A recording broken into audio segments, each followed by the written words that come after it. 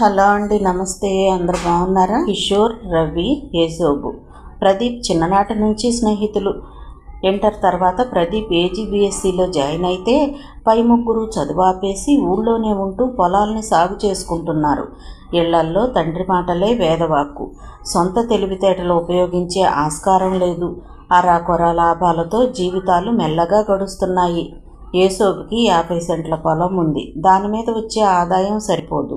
అతను కూలికి కూడా వెళుతూ ఉంటాడు. లోనుకు అప్లై చేశారు, కానీ సర్పంచ్ పడనివ్వడం లేదు.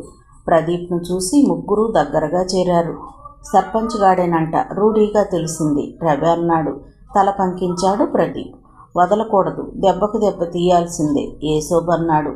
వాడి కూతురు లవ్ లెటర్లు పట్టుకుని నీ చుట్టూతా తిరుగుతుంది కదా, లైన్లో పెట్టి ఆనకు వదిలేయడమే, కసిగా అన్నాడు కిషోర్.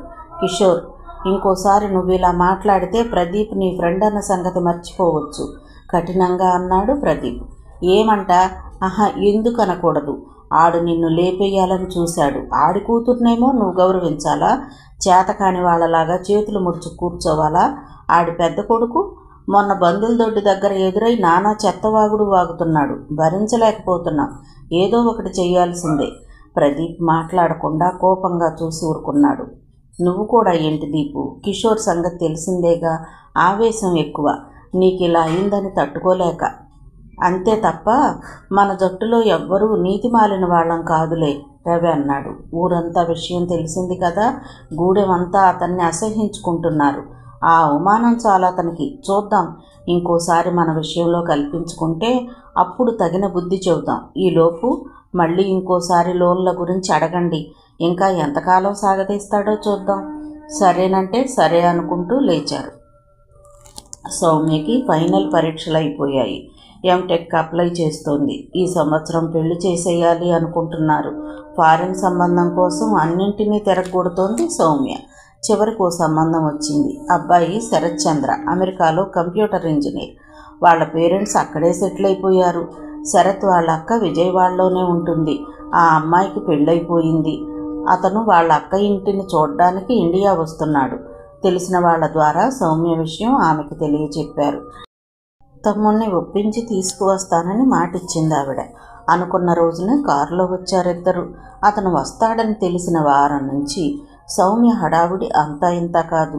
ప్రతిరోజు బ్యూటీ క్లినిక్కి వెళ్ళి manicure, pedicure, henna treatment, facial, ఇలా కొత్త అందంతో దిగేది. పెళ్లి చూపుల రోజున సినిమా స్టార్ని తలదన్నేలా తయారయింది. పెళ్లి చూపుల కోసం 3000 పెట్టి సిల్క్ చీర కొనడం చూసి సుధ నోరావలించింది. కుంకుమ రంగు షిఫాన్ ప్లెయిన్ చీర మీద అదే రంగు సిల్క్ థ్రెడ్తో పూసలు, లతలు ఎంబ్రాయిడరీ చేసి ఉంది. మ్యాచింగ్ బ్లౌజు, అదే రంగు పూసల దండ, చేతులకి ఎర్రరాళ్ల గాజులు, కొత్త హెయిర్ స్టైల్, బొగ్గలకి రోజ్ పౌడర్, లిప్స్టిక్. అక్క, చాలా అందంగా ఉన్నావు.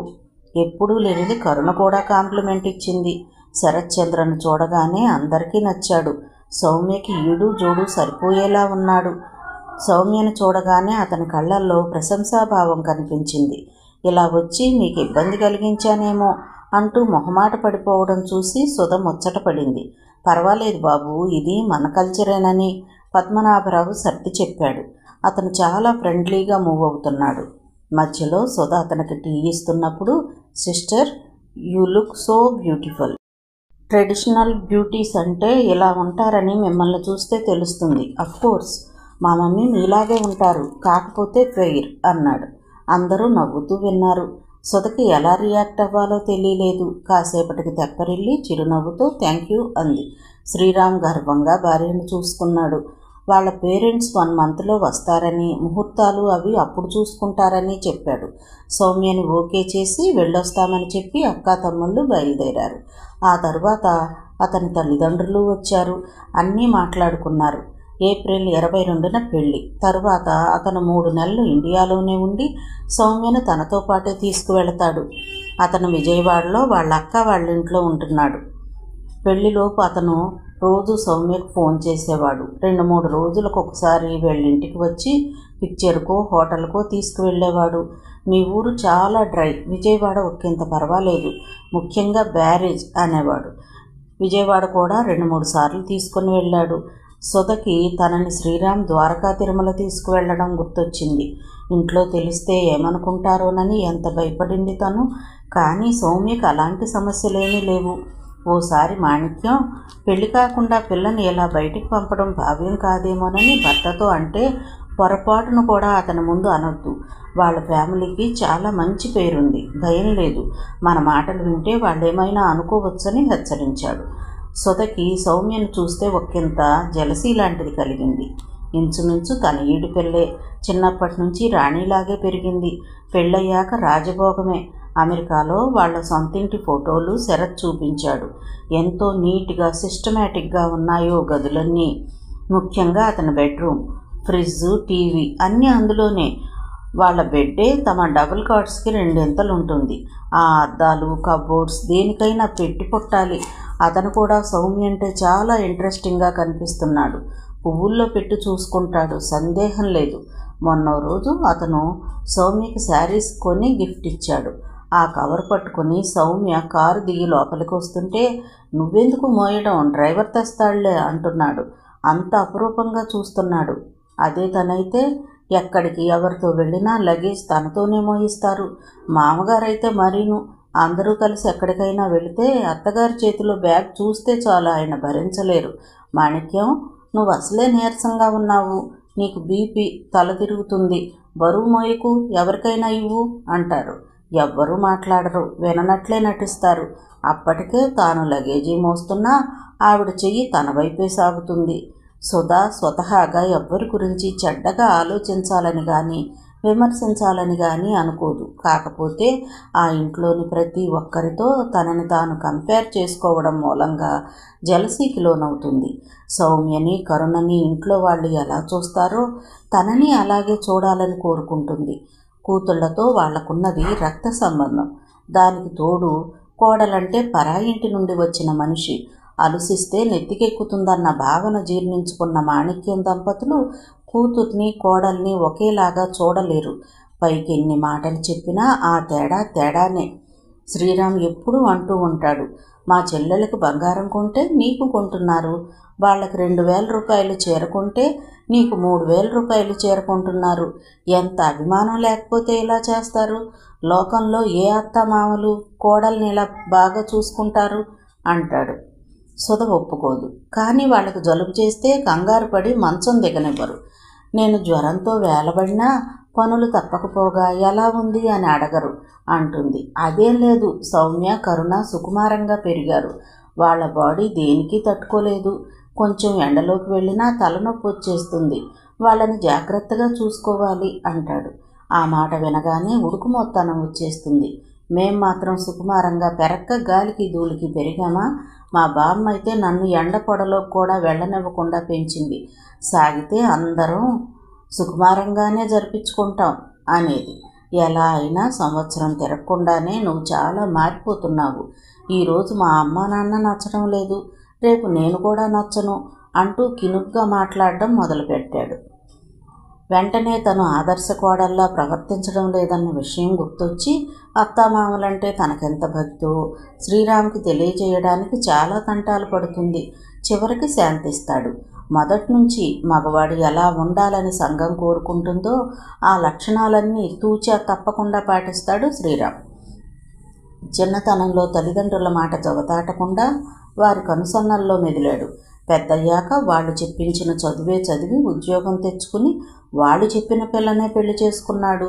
పెళ్ళాన్ని ప్రేమిస్తూనే ఇటు తల్లిదండ్రుల దృష్టిలో పెళ్ళాం కొంగట్టుకు తిరిగే మొగుడులా కాక ఆమెను అదుపులో ఉంచిన మొగుడుగా పేరు తెచ్చుకున్నాడు.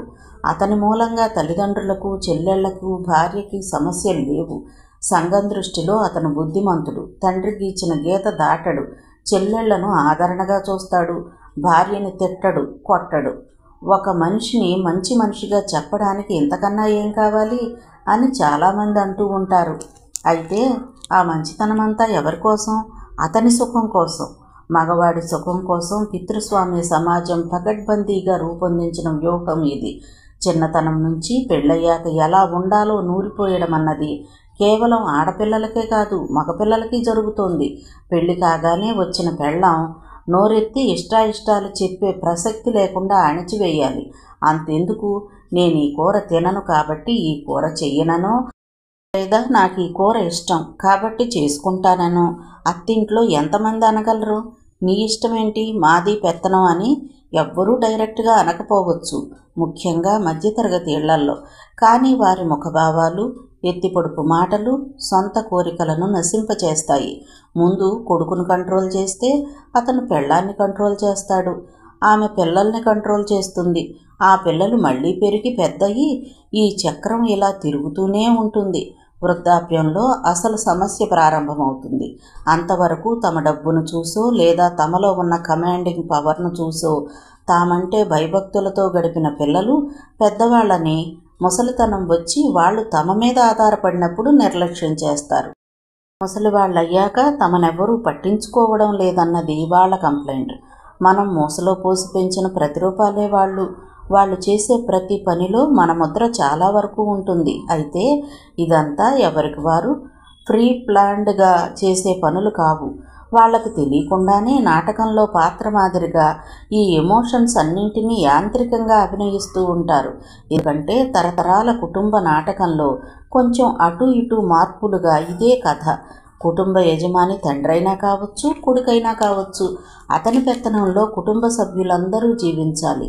అత్త గయ్యాళైనా, కోడలు గయ్యాళైనా వీళ్ళకి వీళ్ళు సఫర్ అవడం తప్ప మగాళ్ళ పెత్తనానికి వచ్చిన ఢోకా ఏమీ లేదు.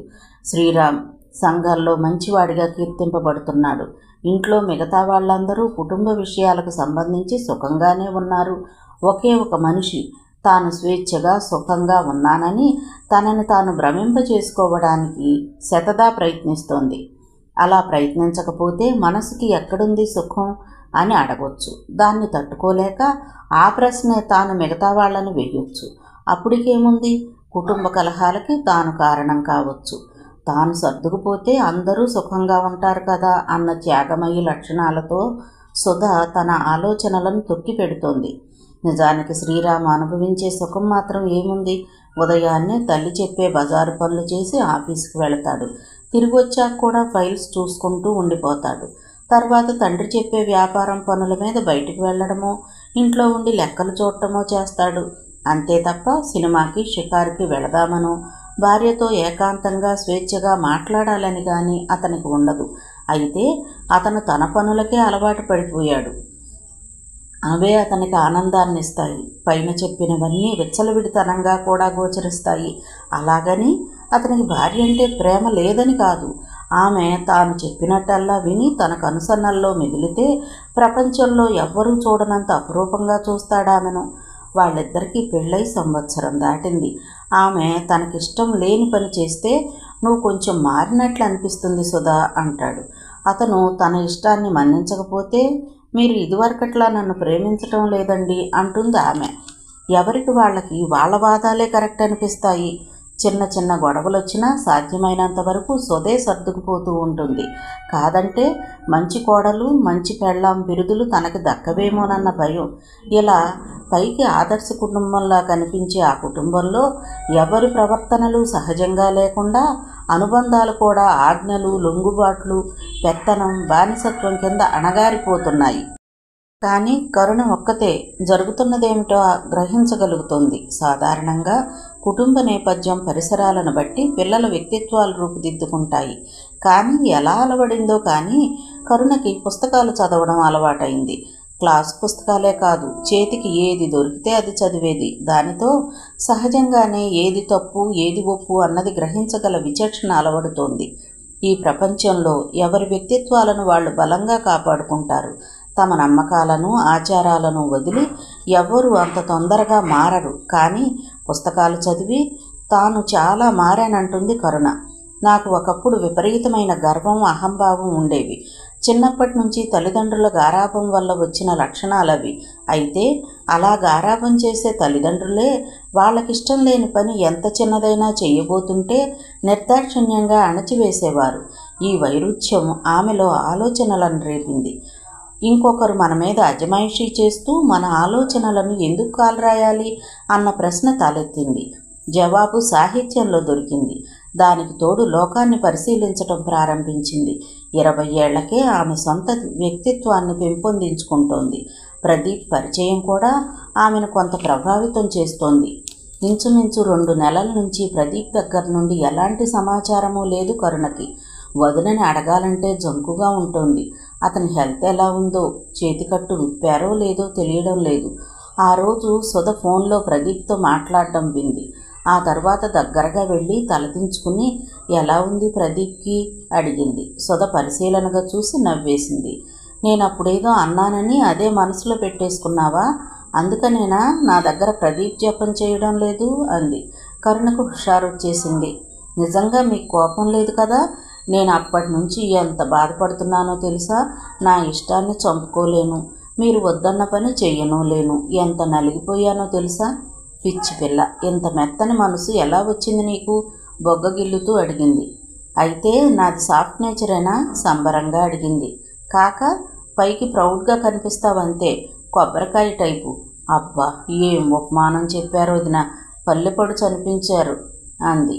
మర్నాడు కరుణ పుట్టినరోజు. కాలేజీకి వెళ్ళాలా వద్దా అనుకుంటూ ఉండగానే ఫ్రెండ్స్ బెలబెల్లాడుతూ వచ్చేసి విషెస్ చెప్పి రహస్యంగా ఆమె చెవిలో మ్యాట్నీ ప్రోగ్రాం ఊదేశారు. తాను గ్రీన్ సిగ్నల్ ఇచ్చేసింది. ఆ రోజు స్కై కలర్ సిల్క్ చుడీదార్ వేసుకుంది. చేతులకి మెడకి గ్రాండ్గా వైట్ కలర్ థ్రెడ్ వర్క్ చేసి ఉంది. ఓ చేతికి వాచి, ఇంకో చేతికి మ్యాచింగ్ దంతం గాజు, చెవులకు రింగులు, మెడలో సన్నటి చైన్ వేసుకుంది. కరుణ పొడవుగా ఉన్నా అప్పుడప్పుడు హై హీల్స్ వేసుకుంటూ ఉంటుంది. Black colour pointed high heels వేసుకుంది. భుజానికి మిక్కీ ఆకార బ్యాగ్ తగిలించుకుంది. అందరూ 2 రిక్షాల్లో సర్దుకుని కాలేజీకి బయలుదేరారు.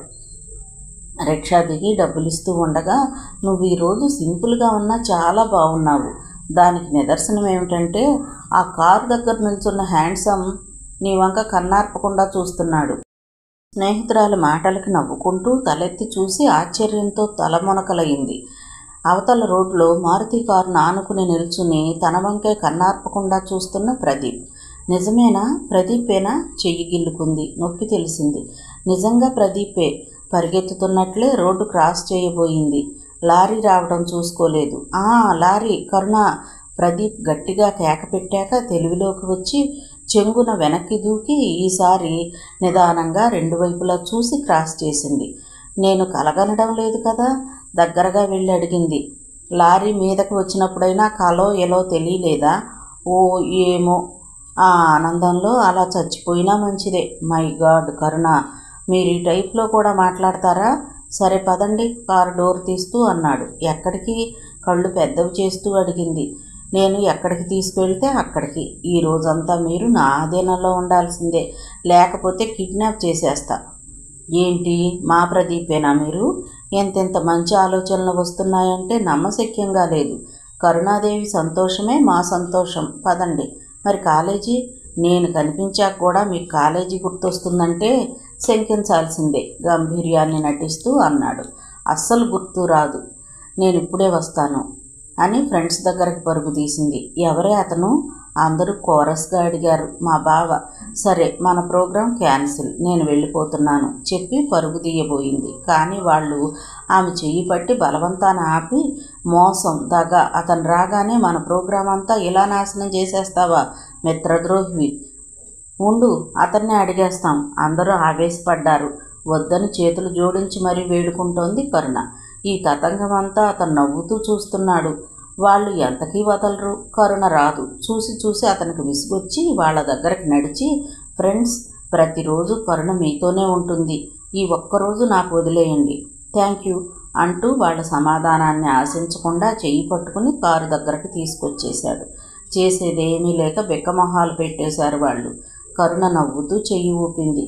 అతను డ్రైవింగ్ సీట్లో కూర్చున్నాడు. కరుణ పక్కన కూర్చుంది. కారు స్టార్ట్ చేస్తూ, మీకు ప్రాణాల మీద తీపి ఎక్కువ తక్కువ అడిగాడు. ఏం అర్థం కాక అడిగింది. ఈరోజు మీతో గడపాలని 2 నెలల నుంచి ప్లాన్ చేసుకున్నాను. చెయ్యి సెట్ అయ్యాక 10 రోజుల కింద డ్రైవింగ్ నేర్చుకున్నాను.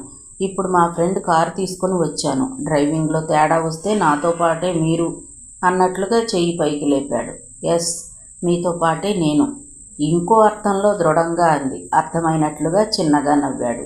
అతని ఆరోగ్యం గురించి, ఊళ్ళో సమస్యల గురించి అడిగింది. చెప్పాడతను. కాసేపు అయ్యాక కారు విజయవాడ వైపు వెళ్లడం గమనించి ఎక్కడికి అంది. ఎక్కడికో తీసుకువెళతానేమో అని భయంగా ఉందా? నాకు అలాంటి భయాలు ఏమి లేవు.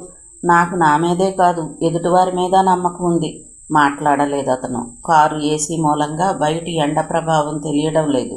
బ్లాక్ గ్లాసెస్ మూలంగా ఎండ తీక్షణత కూడా కనిపించడం లేదు. అంతా ప్రశాంతంగా ఉంది.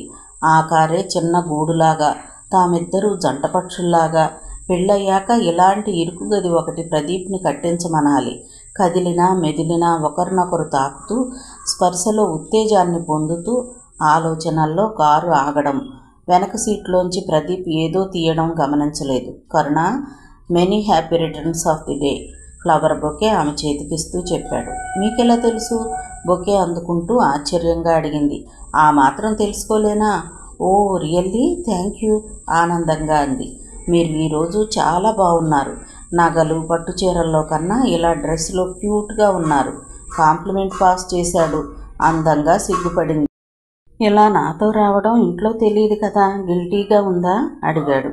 ఏమో, ప్రస్తుతం ఆనందం తప్ప ఏ ఫీలింగ్ లేదు. మీతో ఉన్న ప్రతి క్షణాన్ని ఆనందమయం చేసుకోవాలి. సరే, పిక్చర్కి వెళ్దాం. టైం చూసుకుంటూ అడిగాడు. ఆలోచిస్తూ ఉండిపోయింది. సినిమా ఇంట్రెస్టింగ్గా చూస్తారా, నాతో మాట్లాడతారా? ఆమె ప్రశ్నార్థకంగా చూడడం గమనించి, మరేం లేదు, సినిమా చూస్తాను అంటే రష్గా ఉన్న మంచి సినిమాకి వెళదాం. లేదు, నాతో మాట్లాడతాను అంటే ఫ్లాప్ మూవీకో ఓల్డ్ మూవీకో వెళదాం, ఖాళీగా ఉంటాయి అన్నాడు. ఆ మాటలకి పక్కపక్క నవ్వేసింది. చాలా నాలెడ్జ్ ఉందే. సరే, మీతో మాట్లాడటమే నాకు ఇష్టం అంది. కారు అలంకారం ముందు ఆగింది. టికెట్స్ తెచ్చాడు. లోపలికి వెళ్ళారు. 100 రోజుల పండగ కోసం నడిపిస్తున్న సినిమా అది. 92వ రోజు. ఖాళీగా ఉంది. ఆ మూల ఈ మూల విసిరేసినట్లుగా జనం. చాటుమాటలకు వెళ్ళి ప్రేమించుకునే వాళ్ళ మీద నాకు ఇదివరకు సదభిప్రాయం ఉండేది కాదు. కానీ నేనిప్పుడు అదే పని చేస్తున్నాను ప్రదీప్ అన్నాడు. ప్రేమించుకోవడం లేదులే, మనం ఫ్రెండ్స్ని కదా అల్లరిగా అంది. ఫ్రెండ్స్ అయితే అస్సలు ఇలా రాకూడదు. క్షణమాగి, సరే, వచ్చాక అస్సలు బాధపడకూడదు. ప్రతి క్షణం గుర్తుండేలా గడపాలి. మళ్ళీ ఎన్నాళ్ళకి నిన్ను చూస్తానో అంటూ తెలివి తెచ్చుకున్నట్లుగా మాటలాపేశాడు. ఈరోజు ప్రదీప్ మాటలకి కరుణ ఆశ్చర్యపోతుంది. మధ్య మధ్య నువ్వు అంటున్నాడు. టచ్చింగ్గా ఫీల్ అవుతూ మాట్లాడుతున్నాడు. తను పరిచయం కాకముందు అతనేమో నియమాలు పెట్టుకున్నాడు. ఇప్పుడేమో తన ప్రేమ అతన్ని కదుల్చుతున్నట్లుగా ఉంది. అందుకే మధ్య మధ్య బయటపడిపోతున్నాడు. ఆ విషయం గమనించగానే బాగా ఏడిపించాలని బుద్ధి పుట్టింది. పిక్చర్ మొదలైంది. మధ్య మధ్యలో అతనేమో మాట్లాడుతున్నాడు. మ్యూజిక్కి అతని మాటలు వినపడక ఏంటి అని అడుగుతుంటే దగ్గరికి జరిగి చెబుతున్నాడు. చెవి పక్కనే అతని మాటలు. అప్పుడప్పుడు తన భుజానికి తగులుతున్న అతని భుజం. ఇది తప్పే అయితే ఆ తప్పే మళ్ళీ మళ్ళీ చెయ్యాలనిపించేంత థ్రిల్లింగ్గా ఉంది కరుణకి. సడన్గా ఆమె ఎడం చేతిని తన చేతిలోకి తీసుకుని పరిశీలనగా చూశాడు. నువ్వు ఈ చేతులతో కష్టమైన పనులు ఎప్పుడూ చేసి ఉండవు, అవునా అడిగాడు. కష్టమైన పనులంటే బట్టలు ఉతకడం, అంట్లు తోమడం. ఇంకా నయం, చిన్న గ్లాస్ కూడా అమ్మ కడగనివ్వదు. అందుకే చెయ్యి పువ్వులా సుకుమారంగా ఉంది.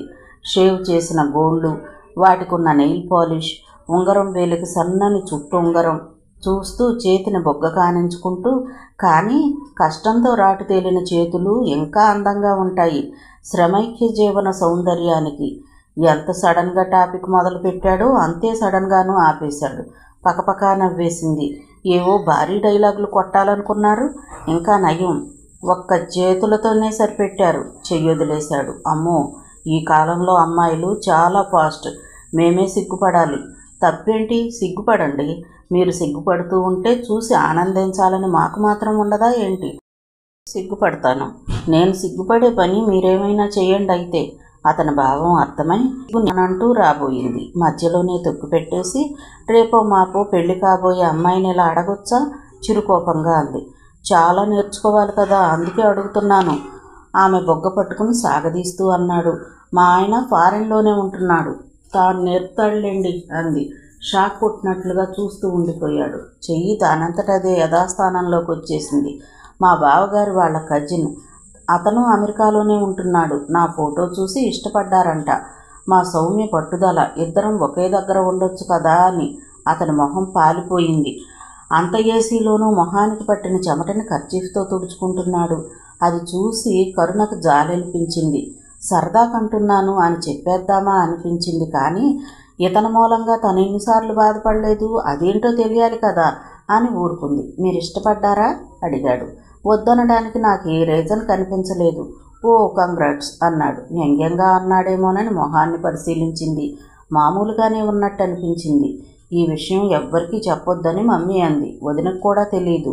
మీరు ఎవ్వరికీ చెప్పొద్దు అంది. తలూపాడు. అతనికి ఏదో అర్థమైందన్నట్లుగా. ఇక ఆ తర్వాత ఎంత మాట్లాడుతున్నా అలాగా అవునా అంటూ పొడి మాటలే తప్ప మరి నన్ను ప్రేమించానన్నావుగా అంటూ నిలదీసే టైపు మాటలే లేవు. హా బండరాయి గొణిగింది. ఏమైనా అడిగిందేమో అనుకుని ఏంటి అన్నాడు. ఏం లేదు, నా ఉడ్బీ చాలా చార్మింగ్గా ఉంటాడు అంటున్నాను అంది. అలాగా, మీకెలా తెలుసు అనరే? ఎలా తెలుసు? ఫోటో చూశాను. ఓహో, మీలో అతను డల్ కాదంట, చాలా రొమాంటిక్ పర్సన్ అట. అయితే కష్టమేనే. ఏం శ్రీకృష్ణులా 16,000 మందిని తెస్తే నన్ను పెళ్లి చేసుకున్నాక ఇంకొకరి వైపు చూడనిస్తానా? అది నిజమే.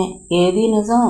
మీరు అంత అందంగానూ ఉంటారని దాని అర్థం. అదీగాక సూర్యకాంతం ఛాయాదేవుల అంశం మీలో ఉన్నట్లుగా ఉంది. నా అనుమానం అది. యా అంటూ అతని చేతి మీద గట్టిగా గిల్లింది. చూసారా, మీరు యాక్షన్లోకి రాకముందే నేను అసలు విషయం చెప్పేశాను. మీరు నాతో మాట్లాడొద్దు. చైర్లో అటువైపు ఒరికి కూర్చుంది. అమ్మయ్య, హ్యాపీ ఒళ్ళు విరుచుకుంటూ అన్నాడు. ఉడికిపోయింది. ఇంకొకరిని పెళ్లి చేసుకోబోయే దానిని అసలు మీరు రమ్మనగానే రావడమే తప్పు. నిజమే, మీరు ఇలా ఫీల్ అవుతారని తెలియక తీసుకొచ్చాను. మీ వుడ్బీకి తెలిస్తే ఏమనుకుంటారు? ఆయన ఎంత రొమాంటిక్ పర్సన్ అయినా కాబోయే పెళ్ళాం పెళ్లికి ముందు పరాయి మగాడితో సినిమా థియేటర్లో కాలక్షేపం చేసిందని తెలిస్తే ఎంత కష్టం. మెంగలేక కక్కలేక చూస్తోంది కరుణ. నిజమే, తనకు తెలిస్తే కష్టం అంటూనే యూ డెవిల్, నువ్వంటే నాకు ప్రేమ పోతోంది. గుండెల దగ్గర అతని షర్టు గుప్పెళ్లతో బిగించి ఊపేస్తూ ఏడ్చేసింది. అతని మనస్సు ఆర్ద్రమైపోయింది. ఆమె తలని భుజానికి అదుముకున్నాడు. నిన్ను చాలా బాధ పెడుతున్నాను కదూ, సారీ. నాకేం వద్దు, అసలు ఈసారి నుంచి మీతో మాట్లాడను. పిచ్చిదానిలా నేనే ప్రేమ ప్రేమ అంటూ వెంటపడటమే కానీ ఒక్కరోజైనా మీరు నాకు ఆనందం కలిగేట్టు మాట్లాడలేదు వెక్కుతూ అంది. మాట్లాడాలనే ఉంటుంది కరుణ, కానీ మధ్యలో ఏదో సందేహం. నేను ఎంత నలిగిపోతున్నానో నీకు తెలీదు. ఇందాక ఒక్క నిమిషమే అయినా ఆశాభంగం అంటే ఎలా ఉంటుందో తెలిసింది. తట్టుకోలేకపోయాను. ఇదే నిజమైతే పిచ్చివాడినైపోతాను. కాసేపు ఆలోచిస్తున్నట్లుగా ఆగి, ఏమో ప్రస్తుత పరిస్థితిలో నా కుటుంబం కోసం, ఊరి కోసం మామూలుగా మారగలనేమో. ఇంకా డీప్గా వద్దు కరుణ. మనం అనుకున్నంత తేలిగ్గా జరగదు. నువ్వెంత సుకుమారంగా పెరిగావో నాకు తెలుసు.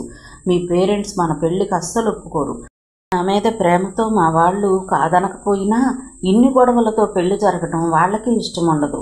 మనం చాలా కష్టపడాల్సి రావచ్చు. నువ్వు తట్టుకోగలవా?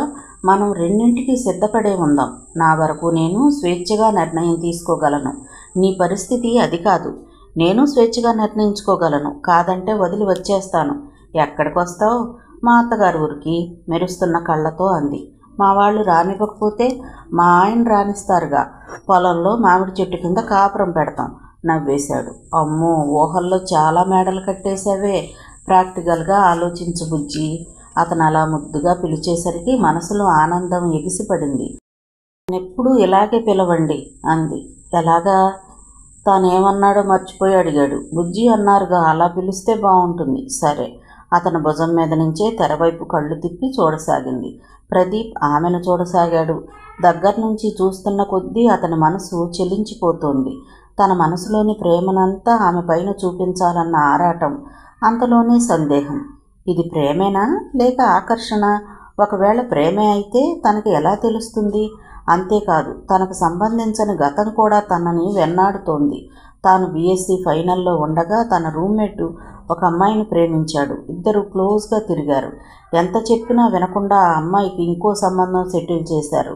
ఆ అమ్మాయి పారిపోతుందేమోనని ఇంట్లో తాళం వేశారు.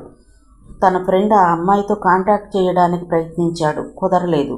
చివరికి పెళ్లి రేపనగా ఇంకొకరిని చేసుకోలేక, ఇష్టపడిన వ్యక్తిని కలుసుకోలేక ఆ అమ్మాయి సూసైడ్ చేసుకుంది. ఇతను పిచ్చివాడైపోయాడు. వారం రోజులయ్యాక చివరికి ఓ రోజు తెల్లారి తను లేచి చూసేసరికి సీలింగ్ ఫ్యాన్కి వేలాడుతున్న అతని శవం. జీవితంలో ఎప్పుడూ అంత షాక్కి గురవలేదు. ఆలోచిస్తే ఇద్దరు పిచ్చిగా ప్రవర్తించారని తెలుసు. జీవితంలో అన్ని ప్రేమ కథలు ఎంత విషాదాంతాలు కావని తెలుసు. తెలిసి మనసును పట్టి పీడిస్తున్న అనుమానం. ఇదే బలహీనత. దీనికే మనిషి లొంగిపోతాడు. నిజంగా ఈ అమ్మాయి తనతో ఆప్యాయంగా మాట్లాడుతూ అభిమానంగా ఇంతలేసి కళ్ళతో చూస్తుంటే నిన్ను ప్రేమిస్తున్నాను అని చెప్పడానికి సంకోచించే తాను నిజంగా మూర్ఖుడే. కానీ కరుణ వాళ్ళ అమ్మగారు గుర్తొస్తున్న కొద్దీ ఏమిటోగా ఉంది. తను కనిపిస్తే చాలు అనుమానంగా చూస్తూ ఆమెడ దూరంలో ఉంచటానికే ప్రయత్నిస్తుంది. అలాంటి ఆవిడ పెళ్లికి ఎలా ఒప్పుకుంటుంది? అతని మనసు ఆరాటంగా అశాంతిగా ఉంది. కరుణ, మీ అమ్మగారు మన పెళ్లికి ఆనందంగా ఒప్పుకోవాలంటే నేనేం చెయ్యాలి? ఏం చెయ్యాలంటే కోట్లు సంపాదించాలి. పోనీ నా కోసం డబ్బు సంపాదించడం మొదలు పెట్టండి. 2-3 ఏళ్లలో 2-3 కోట్లు సంపాదించలేరా? చిలిపిగా అంది. మాట్లాడలేకపోయాడు. ఎందుకు వచ్చిన ఆలోచనలు చెప్పండి. ఎవరికి ఇష్టం ఉన్నా లేకపోయినా సరే మన ఇష్టాలను మనం నెరవేర్చుకుందాం. ఇదేం తప్పు కాదే. మీరు నేను అన్నమాట మీదే నిలబడదాం. నాకు తెలుసు నేను మాట మీద నిలబడే మనిషినా కాదా అన్నది నీ అనుమానం. ఎంత చెప్పి మిమ్మల్ని నమ్మించగలను? మిమ్మల్ని నేను ప్రేమించాను అంటే కేవలం ఫిజిక్గానో మనసునో కాదు, మీ కుటుంబాన్ని, మీ ఊరిని, పరిసరాలని కూడా ప్రేమించాను. నేను ఆనందంగా ఉంటూ ఇతరుల ఆనందానికి కృషి చేస్తాను. నాకు సౌమ్యం చూస్తే చాలా ఆశ్చర్యంగా ఉంటుంది. తన భర్త అందం, హోదా, వాళ్ళ డబ్బు ఇవే ఎక్కువ తనని ఆకర్షించాయి. భవిష్యత్తులో ఏం చేస్తావు అంటే తాను జాబ్లో జాయిన్ అయ్యి డాలర్లు సంపాదిస్తానంటోంది. అంత డబ్బు ఏం చేస్తావంటే నన్ను పిచ్చిదానిలా చూసినట్లు చూసి డబ్బుంటేనే సంఘం మనల్ని గుర్తిస్తుంది, డబ్బుంటేనే ఏదైనా సాధించవచ్చు అంది. ఆ మాటలతో పూర్తిగా ఏకీభవించకపోయినా అందులో కొంత నిజముంది అనిపించింది. నాకు కొన్ని ఆశయాలున్నాయి. వాటిని నెరవేర్చుకోవాలంటే డబ్బు ఉండాలి. అయితే ఆ డబ్బు నేను సంపాదిస్తాను. విదేశాలకు వెళ్ళి కాదు, ఇక్కడే మా అత్తగారి ఊర్లోనే. చూస్తూ ఉండండి. ఆవేశంగా మధ్య మధ్య మంద్రస్థాయిలో ఇలా రకరకాలుగా హావభావాలు మారుస్తూ మాట్లాడుతున్న కరుణని ముగ్ధుడై చూస్తూ ఉండిపోయాడు. పిక్చర్ నుంచి హోటల్కి వెళ్ళి లంచ్ చేశారు. కాలేజీ వదిలే టైంకి సెంటర్లో దింపేశాడు. సౌమ్య పెళ్లి రోజు దగ్గర పడింది. దగ్గర చుట్టాలందరికీ మాణిక్యం, పద్మనాభరావు కొత్తగా కొన్న కారులో పిలుపులకు వెళ్లారు. కొంచెం దూరం వాళ్ళకి, ఫ్రెండ్స్కి శ్రీరామ్, సుధా వెళ్ళి కార్డ్స్ ఇస్తున్నారు. సౌమ్యకి నగలు, పట్టుచీరలు కొన్నారు. వాళ్ళు కట్నం అడక్కపోయినా 10 లక్షలు క్యాష్ ఇవ్వాలని నిశ్చయించుకున్నారు. శ్రీరామ్ కొంత లోనుకి అప్లై చేశాడు. బ్యాంక్ బ్యాలెన్స్ ఉంది. ఆ తర్వాత ఓ రోజు పద్మనాభరావు సుధ దగ్గర సంతకాలు తీసుకున్నాడు.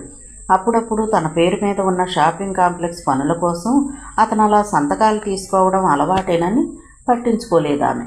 ఆ తర్వాత శ్రీరామ్ చావు కబురు చల్లగా చెప్పాడు. ఆ షాపింగ్ కాంప్లెక్స్ అమ్మేసి వచ్చిన 8 లక్షలు, శ్రీరామ్ పెట్టిన లోను అంతా కలిపి సౌమ్య కట్నంగా ఇస్తున్నారని. ఈ మాట చెబుతున్నప్పుడు అతని కంఠంలో అవ్యక్తంగా బాధ. సుధకి చిరాకెత్తుకొచ్చింది. అది అమ్మితే తప్ప సౌమ్య కట్నం ఇవ్వలేరా? మొదటిసారి దురుసుగా అడిగింది. నాన్నగారికి డబ్బు ఇబ్బందిగా ఉన్నట్లుగా ఉంది. అయితే మాత్రం అత్తయ్య గారి పేరున ఎన్ని ఎకరాలు లేవు, ఎన్ని షాపులు లేవు, ఇదే అమ్మాలా? అయినా బ్యాంక్ బ్యాలెన్స్ కూడా చాలా ఉందని మీరు ఇదివరకు అన్నారే. ఏంటి అన్ని ఆరాలు అడుగుతున్నావు? ఈ మధ్య కారు కొన్నారా? పెళ్లి గ్రాండ్గా చేయమని అడిగారు. 3-4 లక్షలు అవుతుంది. అంత తోగలేనప్పుడు సరిపోయిన సంబంధమే చేసుకోవాలి. నోర్మొయ్, నువ్వు తెచ్చిన బోడి కట్నం తప్ప వాళ్ళకి గతి లేదన్నట్లుగా మాట్లాడుతున్నావు. అంతా మనదే అని వాళ్ళు అనుకోబట్టి తీసుకున్నారు. నువ్విలా ఆలోచిస్తావని తెలిస్తే వాళ్ళు అసలు పైసా కూడా అంటుకోరు. అయినా మనకేం తక్కువైంది? నేనొక్కడనే కొడుకుని, ఆస్తిపాస్తులన్నీ మనవి కావా? ఇదంతా మనకు కాక ఎవరికిస్తారు? ఎప్పుడో ఆస్తి ఇస్తారని పుట్టింటాళ్ళు ఇచ్చింది పైసా లేకుండా ఖాళీ చేసుకోవాలా? నాన్న నాకు అంత కట్నం ఇచ్చినా ఇటుకి నాకు పైసా వాడుకునే స్వేచ్ఛ లేదు. ఎప్పుడైనా ఊరెళ్ళినప్పుడు పాలేరు బొడ్డోడికి చేతిలో 10 రూపాయలు పెట్టడానికి కూడా నా చేతిలో పైసా ఉండదు. పేరుకి ధనవంతులింటి కోడలే. అయితే మీ వాళ్ళిచ్చినదంతా నువ్వే స్వేచ్ఛగా వాడుకో, మాకు పైసా అక్కర్లేదు. నాన్నగారితో చెబుతాను ఆ డబ్బు అంటుకోవద్దని విసురుగా లేచాడు. సుధ గుండెల్లో రాయి పడ్డట్టుగా అయింది. నిజంగా ఈయన అన్నంత పని చేస్తే ఇంకేమైనా ఉందా? భర్త కదా అని చనువుగా మనసులో ఉన్న మాట చెప్పింది. నిజానికి తన భర్తగా కన్నా ముందు ఆయన అత్తమామల కొడుకన్న విషయం మర్చిపోయింది. ఏమండి ప్లీజ్ నా మాట ఓసారి వినండి. గుమ్మం దాటి విసురుగా వెళుతున్న శ్రీరామ్ చెయ్యి పట్టుకొని అంది. ఇంకా అనాల్సినవి ఉన్నాయా? నా ఉద్దేశం అది కాదు. నేను తప్పు మాట్లాడుండొచ్చు, ఏమీ అనుకోకండి.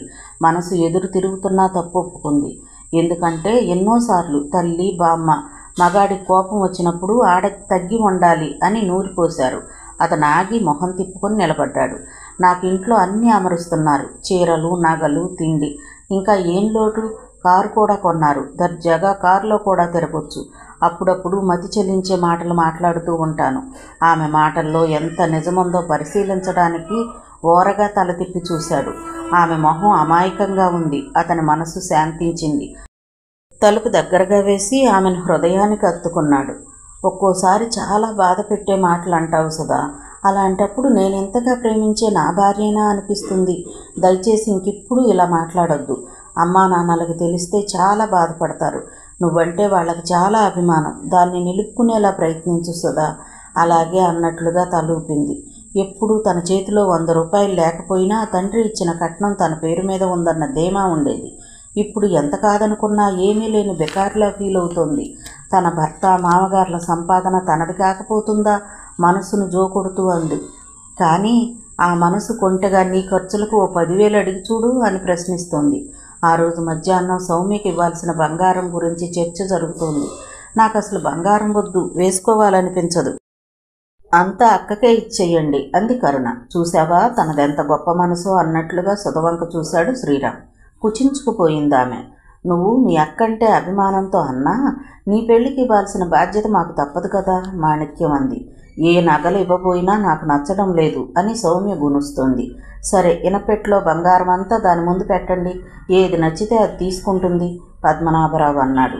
మాణిక్యం, సుధా, సౌమ్య, కరుణల బంగారం అంతా కలిసి 400 కాసుల వరకు ఉంటుంది. బంగారం అంతా ఒక్కచోట చూడగానే అందరి కళ్ళు జిగేలుమంటున్నాయి. సౌమ్య తనకు కావలసినవి ఎంచుకుంటోంది. ఆమె దృష్టి మువ్వల వడ్డాణం మీద పడగానే సుధకి పై ప్రాణాలు పైనే పోయాయి. వదిన వడ్డాణం బాగుంది గారంగా అంది. మాణిక్యం తీసుకో అనబోయి ఆ మాట తననడం కన్నా కోడలే అంటే బాగుంటుంది అనే ఉద్దేశంతో ఆమె వంక చూడసాగింది. సుధకి ఏడుపు వస్తున్నట్లుగా ఉంది. బామ్మ తనకు వడ్డాణం ఇచ్చినప్పటి సన్నివేశం గుర్తొచ్చింది. ఎంత ప్రేమగా తన కోసం దాచిచ్చింది. బామ్మ గుర్తుగా దాన్ని తన దగ్గరే ఉంచి తన కూతురికో మనవరాలికో ఇవ్వాలని ఎన్ని కలలు కంది. ఇప్పుడు ఇలా సౌమ్యపరం చెయ్యాలంటే మనసు రావడం లేదు. ఎంతసేపటికి సుధ తీసుకోమని అనకపోవడం అవమానంగా తోచి శ్రీరామ్ మిర్రి చూడసాగాడు. మాణిక్యం మొహం మార్చుకుంది. ఇది వదినకు వాళ్ళు పుట్టింటాళ్ళు ఇచ్చారు, ఇది వద్దులే అంది. ఈ చేత చాలా బాగుంది, ఇలాంటివి ఇప్పుడు చెయ్యరు కూడా, కాదంటే ఏడ్చేసేలా ఉందా స్వరం. సుధా, సౌమ్య ఏదో అంటోంది అన్నాడు శ్రీరామ్ ఈ లోకంలోకి రమ్మన్నట్లుగా. ఒక్కెంత కఠినంగా ఉంది అతని స్వరం. చటుక్కున తెప్పరిల్లి, అదేమన్న మాటలండి, తనకు నచ్చితే తీసుకొనివ్వండి, వద్దనడం దేనికి అనలేక అంది. సౌమ్య మొహం విప్పారింది. వెంటనే తన బాక్స్లో వేసుకుంది. శ్రీరామ్ మెచ్చుకోలుగా చూశాడు. 2 నిమిషాలు మొళ్ళ మీద కూర్చున్నట్లుగా ఉండి వెంటనే తన గదిలోకి వెళ్ళి మంచానికి అడ్డం పడి తనివితేరా ఏడ్చేయసాగింది. ఏనాడు అంతగా ఏడ్చేయరుగదు. శ్రీరామ్ వచ్చినట్లుగా శబ్దమైంది. అయినా లేవాలని గాని తన ఏడుపును దాచుకోవాలని గాని ప్రయత్నించలేదు. శ్రీరామ్కి మళ్ళీ మనసులో కోపం రగులుకుంటోంది. తామేదో కష్టాల పాలు చేస్తున్నట్లుగా ఏడుపు. ఎవరైనా చూస్తే ఏమనుకుంటారు?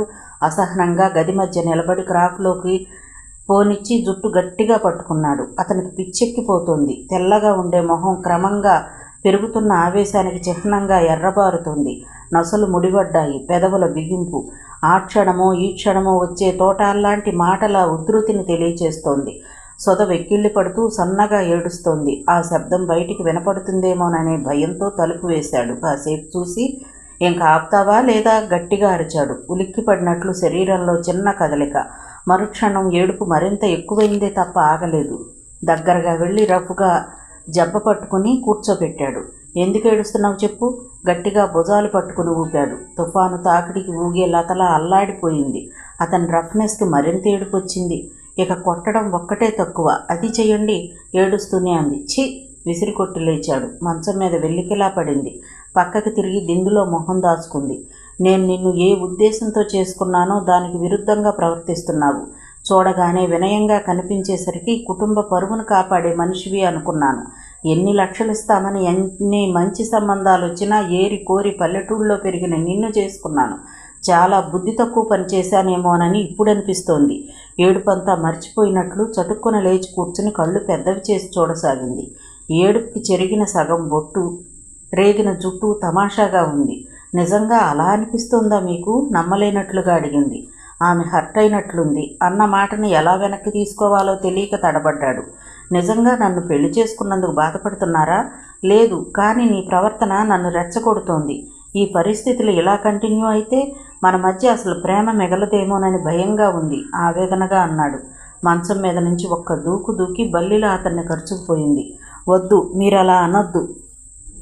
ఆడదాన్ని కదా, నగల వ్యామోహం, అందుకే ఏడ్చాను. సౌమ్యకి ఇవ్వకూడదని కాదు. నీకు అంత ఇష్టమైతే చేయించడానికి నేలేనా? ఈసారి బోనస్ రాగానే నీకు అలాంటిదే చేయిస్తాను. మరి మీరు చేయించిన దానికి బామ్మ చూపిన అభిమానం మెరుగులద్ది ఉంటాయా? ఆరాటంగా అనుకుంది. అంతలోనే తన మీద తనకే అసహ్యం వేసింది. పైకి ఒకటంటోంది, మనసులో మరోలా ఆలోచిస్తోంది. పైకి మాట్లాడేదే తప్పు, తన మనసులోదే కరెక్ట్ అనిపిస్తోంది. మరైతే కరెక్ట్ అనుకున్నది ఎందుకు ఆచరించదు? ఆచరిస్తే గొడవలవుతాయి, ఎవ్వరికి మనశ్శాంతి ఉండదు. కానీ తనకు తెలిసినంత వరకు ఎవ్వరూ ఇలా బాధపడటం లేదు. ఎవరికి వాళ్ళు స్వేచ్ఛగా మనసులో ఉన్నది ఉన్నట్లుగా మాట్లాడతారు. మనస్సాక్షి ప్రకారం నడుచుకోవడమూ తప్పేనా? అసలు కోడలు భార్య అనగానే జలపాతం కూడా కుచించుకుపోయి నేల మీద మెల్లగా నడిచేయకుండా పారుతుందేమో, అలాంటిది తానో లెక్క. సుధా, సౌమ్య పెళ్లి ప్రశాంతంగా జరగని తరువాత నీకు ఏం కావాలన్నా నేను కొనిస్తాను. అలాంటప్పుడు డబ్బు విషయంలో నువ్వు బాధపడటం అనవసరం. అయినా ఆ బాధ్యత నీది కాదు. కష్టమో నష్టమో చూసుకోవడానికి నేనున్నాను కదా. లేకపోతే బాగా డబ్బు సంపాదించి నీ పేరున పెట్టే శ్రీరామ్ నీకు కావాలా? నిష్ఠూరంగా అన్నాడు. వద్దు వద్దు. అతని పెదవులను వేళ్లతో సున్నితంగా మూసి, ఇక నేనేమీ పట్టించుకోను, నన్ను ప్రేమగా చూడండి, ఇందాకట్లా విసిరి కొట్టొద్దు. మెడ కూడా వెణికింది అంటూ ఇబ్బందిగా తల తిప్పి చూపించేసరికి నవ్వు బాధ రెండూ కలిగాయి. సారీ బాలరూప సుధా, అమృతాంజన్ రాస్తానే అంటూ ప్రేమగా మెడ మీద ముద్దు పెట్టుకున్నాడు. అడుగడుగున అట్టహాసాలు ఆర్భాటాలతో సౌమ్య శరత్చంద్రల పెళ్లి సిఆర్ఆర్ కాలేజీ గ్రౌండ్స్లో జరిగింది. ఇరువైపులా 3000 మంది హాజరయ్యారు. అందరూ సౌమ్య అదృష్టాన్ని పొగిడేవారే. దాంతో ఆమె ఆనందానికి అంతే లేదు. పెళ్ళయ్యాక ఫస్ట్ నైట్ విజయవాడ స్టార్ హోటల్లో బుక్ చేసుకున్నారు.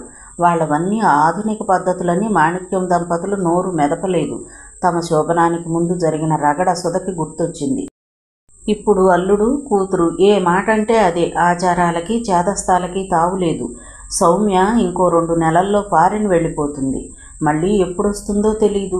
ప్రెగ్నెన్సీ వచ్చినా అక్కడే డెలివరీ అవుతుంది తప్ప రావడానికి వీలు పడదు. మాణిక్యం కూతురు అదృష్టానికి మురిసిపోతూనే కన్న పేగు బంధంతో బెంగగా ఫీల్ అవుతోంది.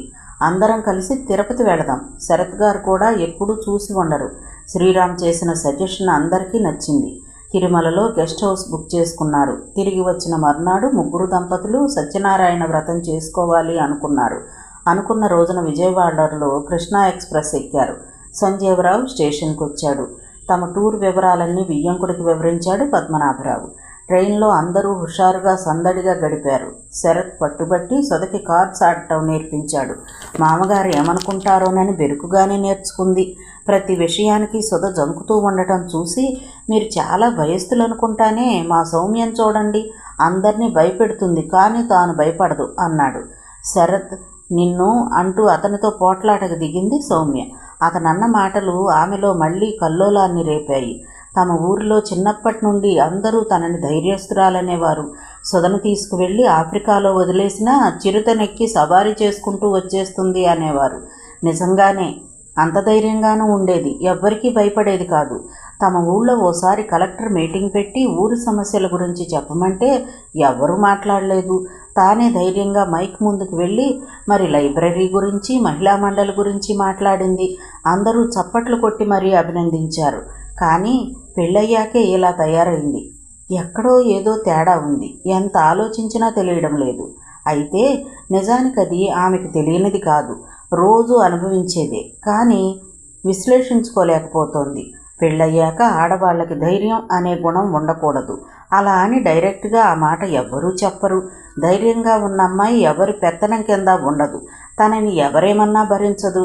అలా ఉంటే అమ్మాయి జీవితాంతం తమకి ఎలా సేవలు చేస్తుంది? అందుకే ఆమెకి ధైర్యం ఉండకూడదు. నువ్వు పిరికిగా ఉండు అని చెబితే తమ గొప్పతనానికి మచ్చ కదా. అందుకే భార్య అయినా కోడలైనా నెమ్మదిగా వినయంగా ఉండాలి, మెల్లగా మాట్లాడాలి, ఓర్పుతో సహనంతో మెలగాలి, దిక్కగా అణకువగా ఉండాలి, దబదబా అడుగులేస్తూ నడవకుండా చీమ నలగకుండా నడవాలి. సూటిగా తలెత్తి చూస్తూ కానీ చేతులూపుతూ కానీ ఫీలింగ్స్ వ్యక్తపరచకూడదు. ఈ గుణాలన్నీ ఉంటేనే మంచివాళ్ళన్న బిరుదు ఆడవాళ్లకు వస్తుంది. వీటికి ధైర్యానికి చుక్కెదురు. చాలామంది ఆడవాళ్లు తమ సుఖం కన్నా తమకొచ్చే మంచి పేరు కోసమే ఆరాటపడతారు. ఆ ఆరాటంలో నలిగిపోతూ కృత్రిమ లక్షణాలలో ఎమడలేక నానా కష్టాలు పడుతూ ఉంటారు. సింపతి కోసం ప్రయత్నిస్తూ సహజమైన ఆనందానికి దూరమవుతూ ఉంటారు.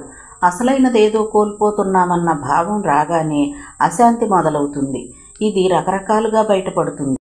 మేమేం కష్టాలు పెడుతున్నామని ఈ అమ్మాయి ఎలా ఉందని మిగతా వాళ్ళు అనుకుంటే, అందరి కోసం తానెంత కష్టపడుతూ తన బాధని తనలో దాచుకుంటున్నానని ఆమె అనుకుంటుంది. నిరంతరం ఇలా ఈ ఆలోచనల మధ్య అందరూ నలిగిపోతూ ఉంటారు. ముఖ్యంగా భార్యాభర్తలు, అత్తాకోడళ్ళు.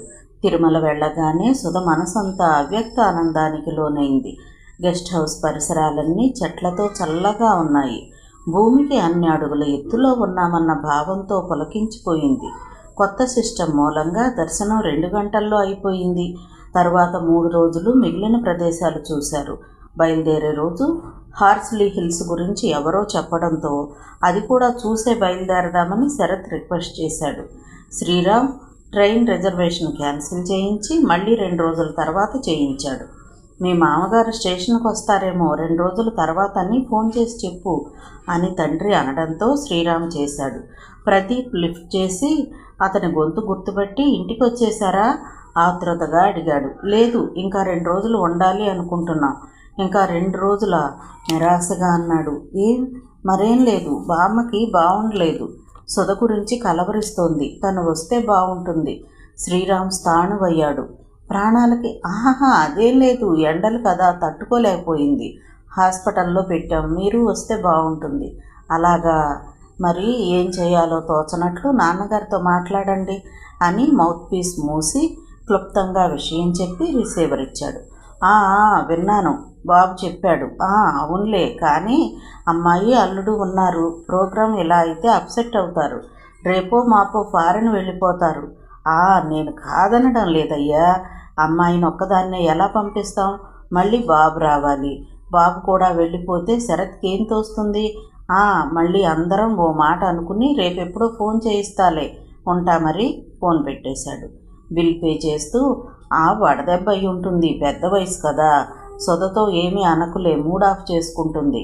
బయటికి రావడమే తక్కువ, సరదాగా ఉండని కొడుకుతో అన్నాడు.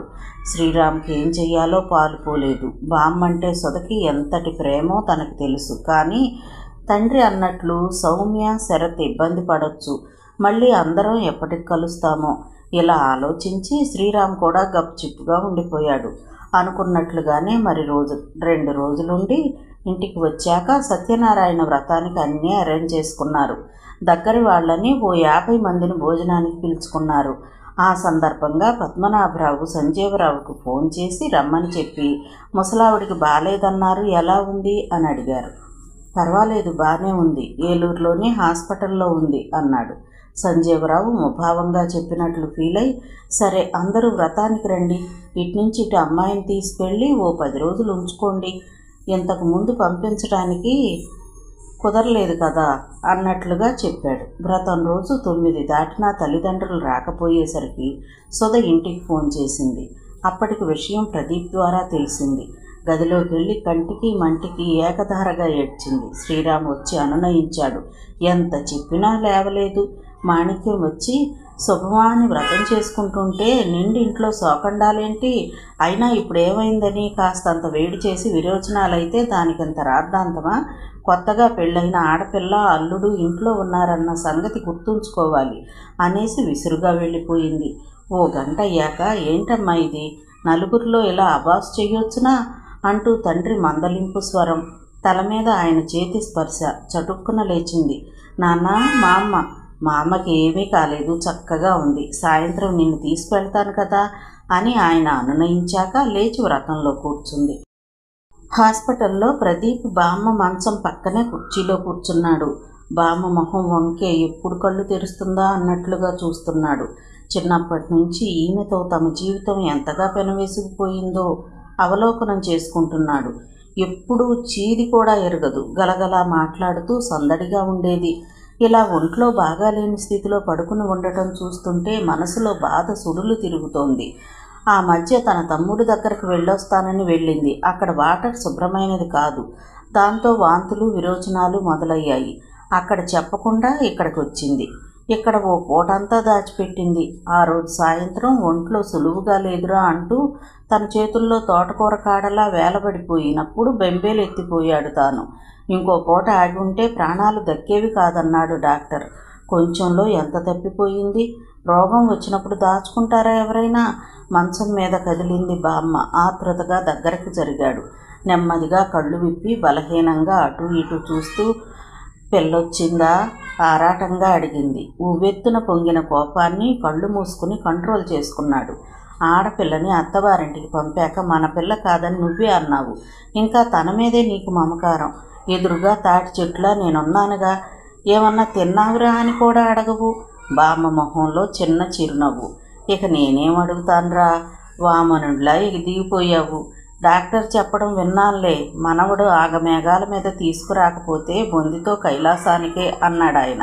అబ్బా, ఏం స్వచ్ఛంగా మాట్లాడుతున్నావు మా అమ్మ. నీ ముందు ఎంత చదువుకున్న వాళ్ళు బలాదూరేననుకో. సరే గాని లేచి కొబ్బరి నీళ్లు తాగు.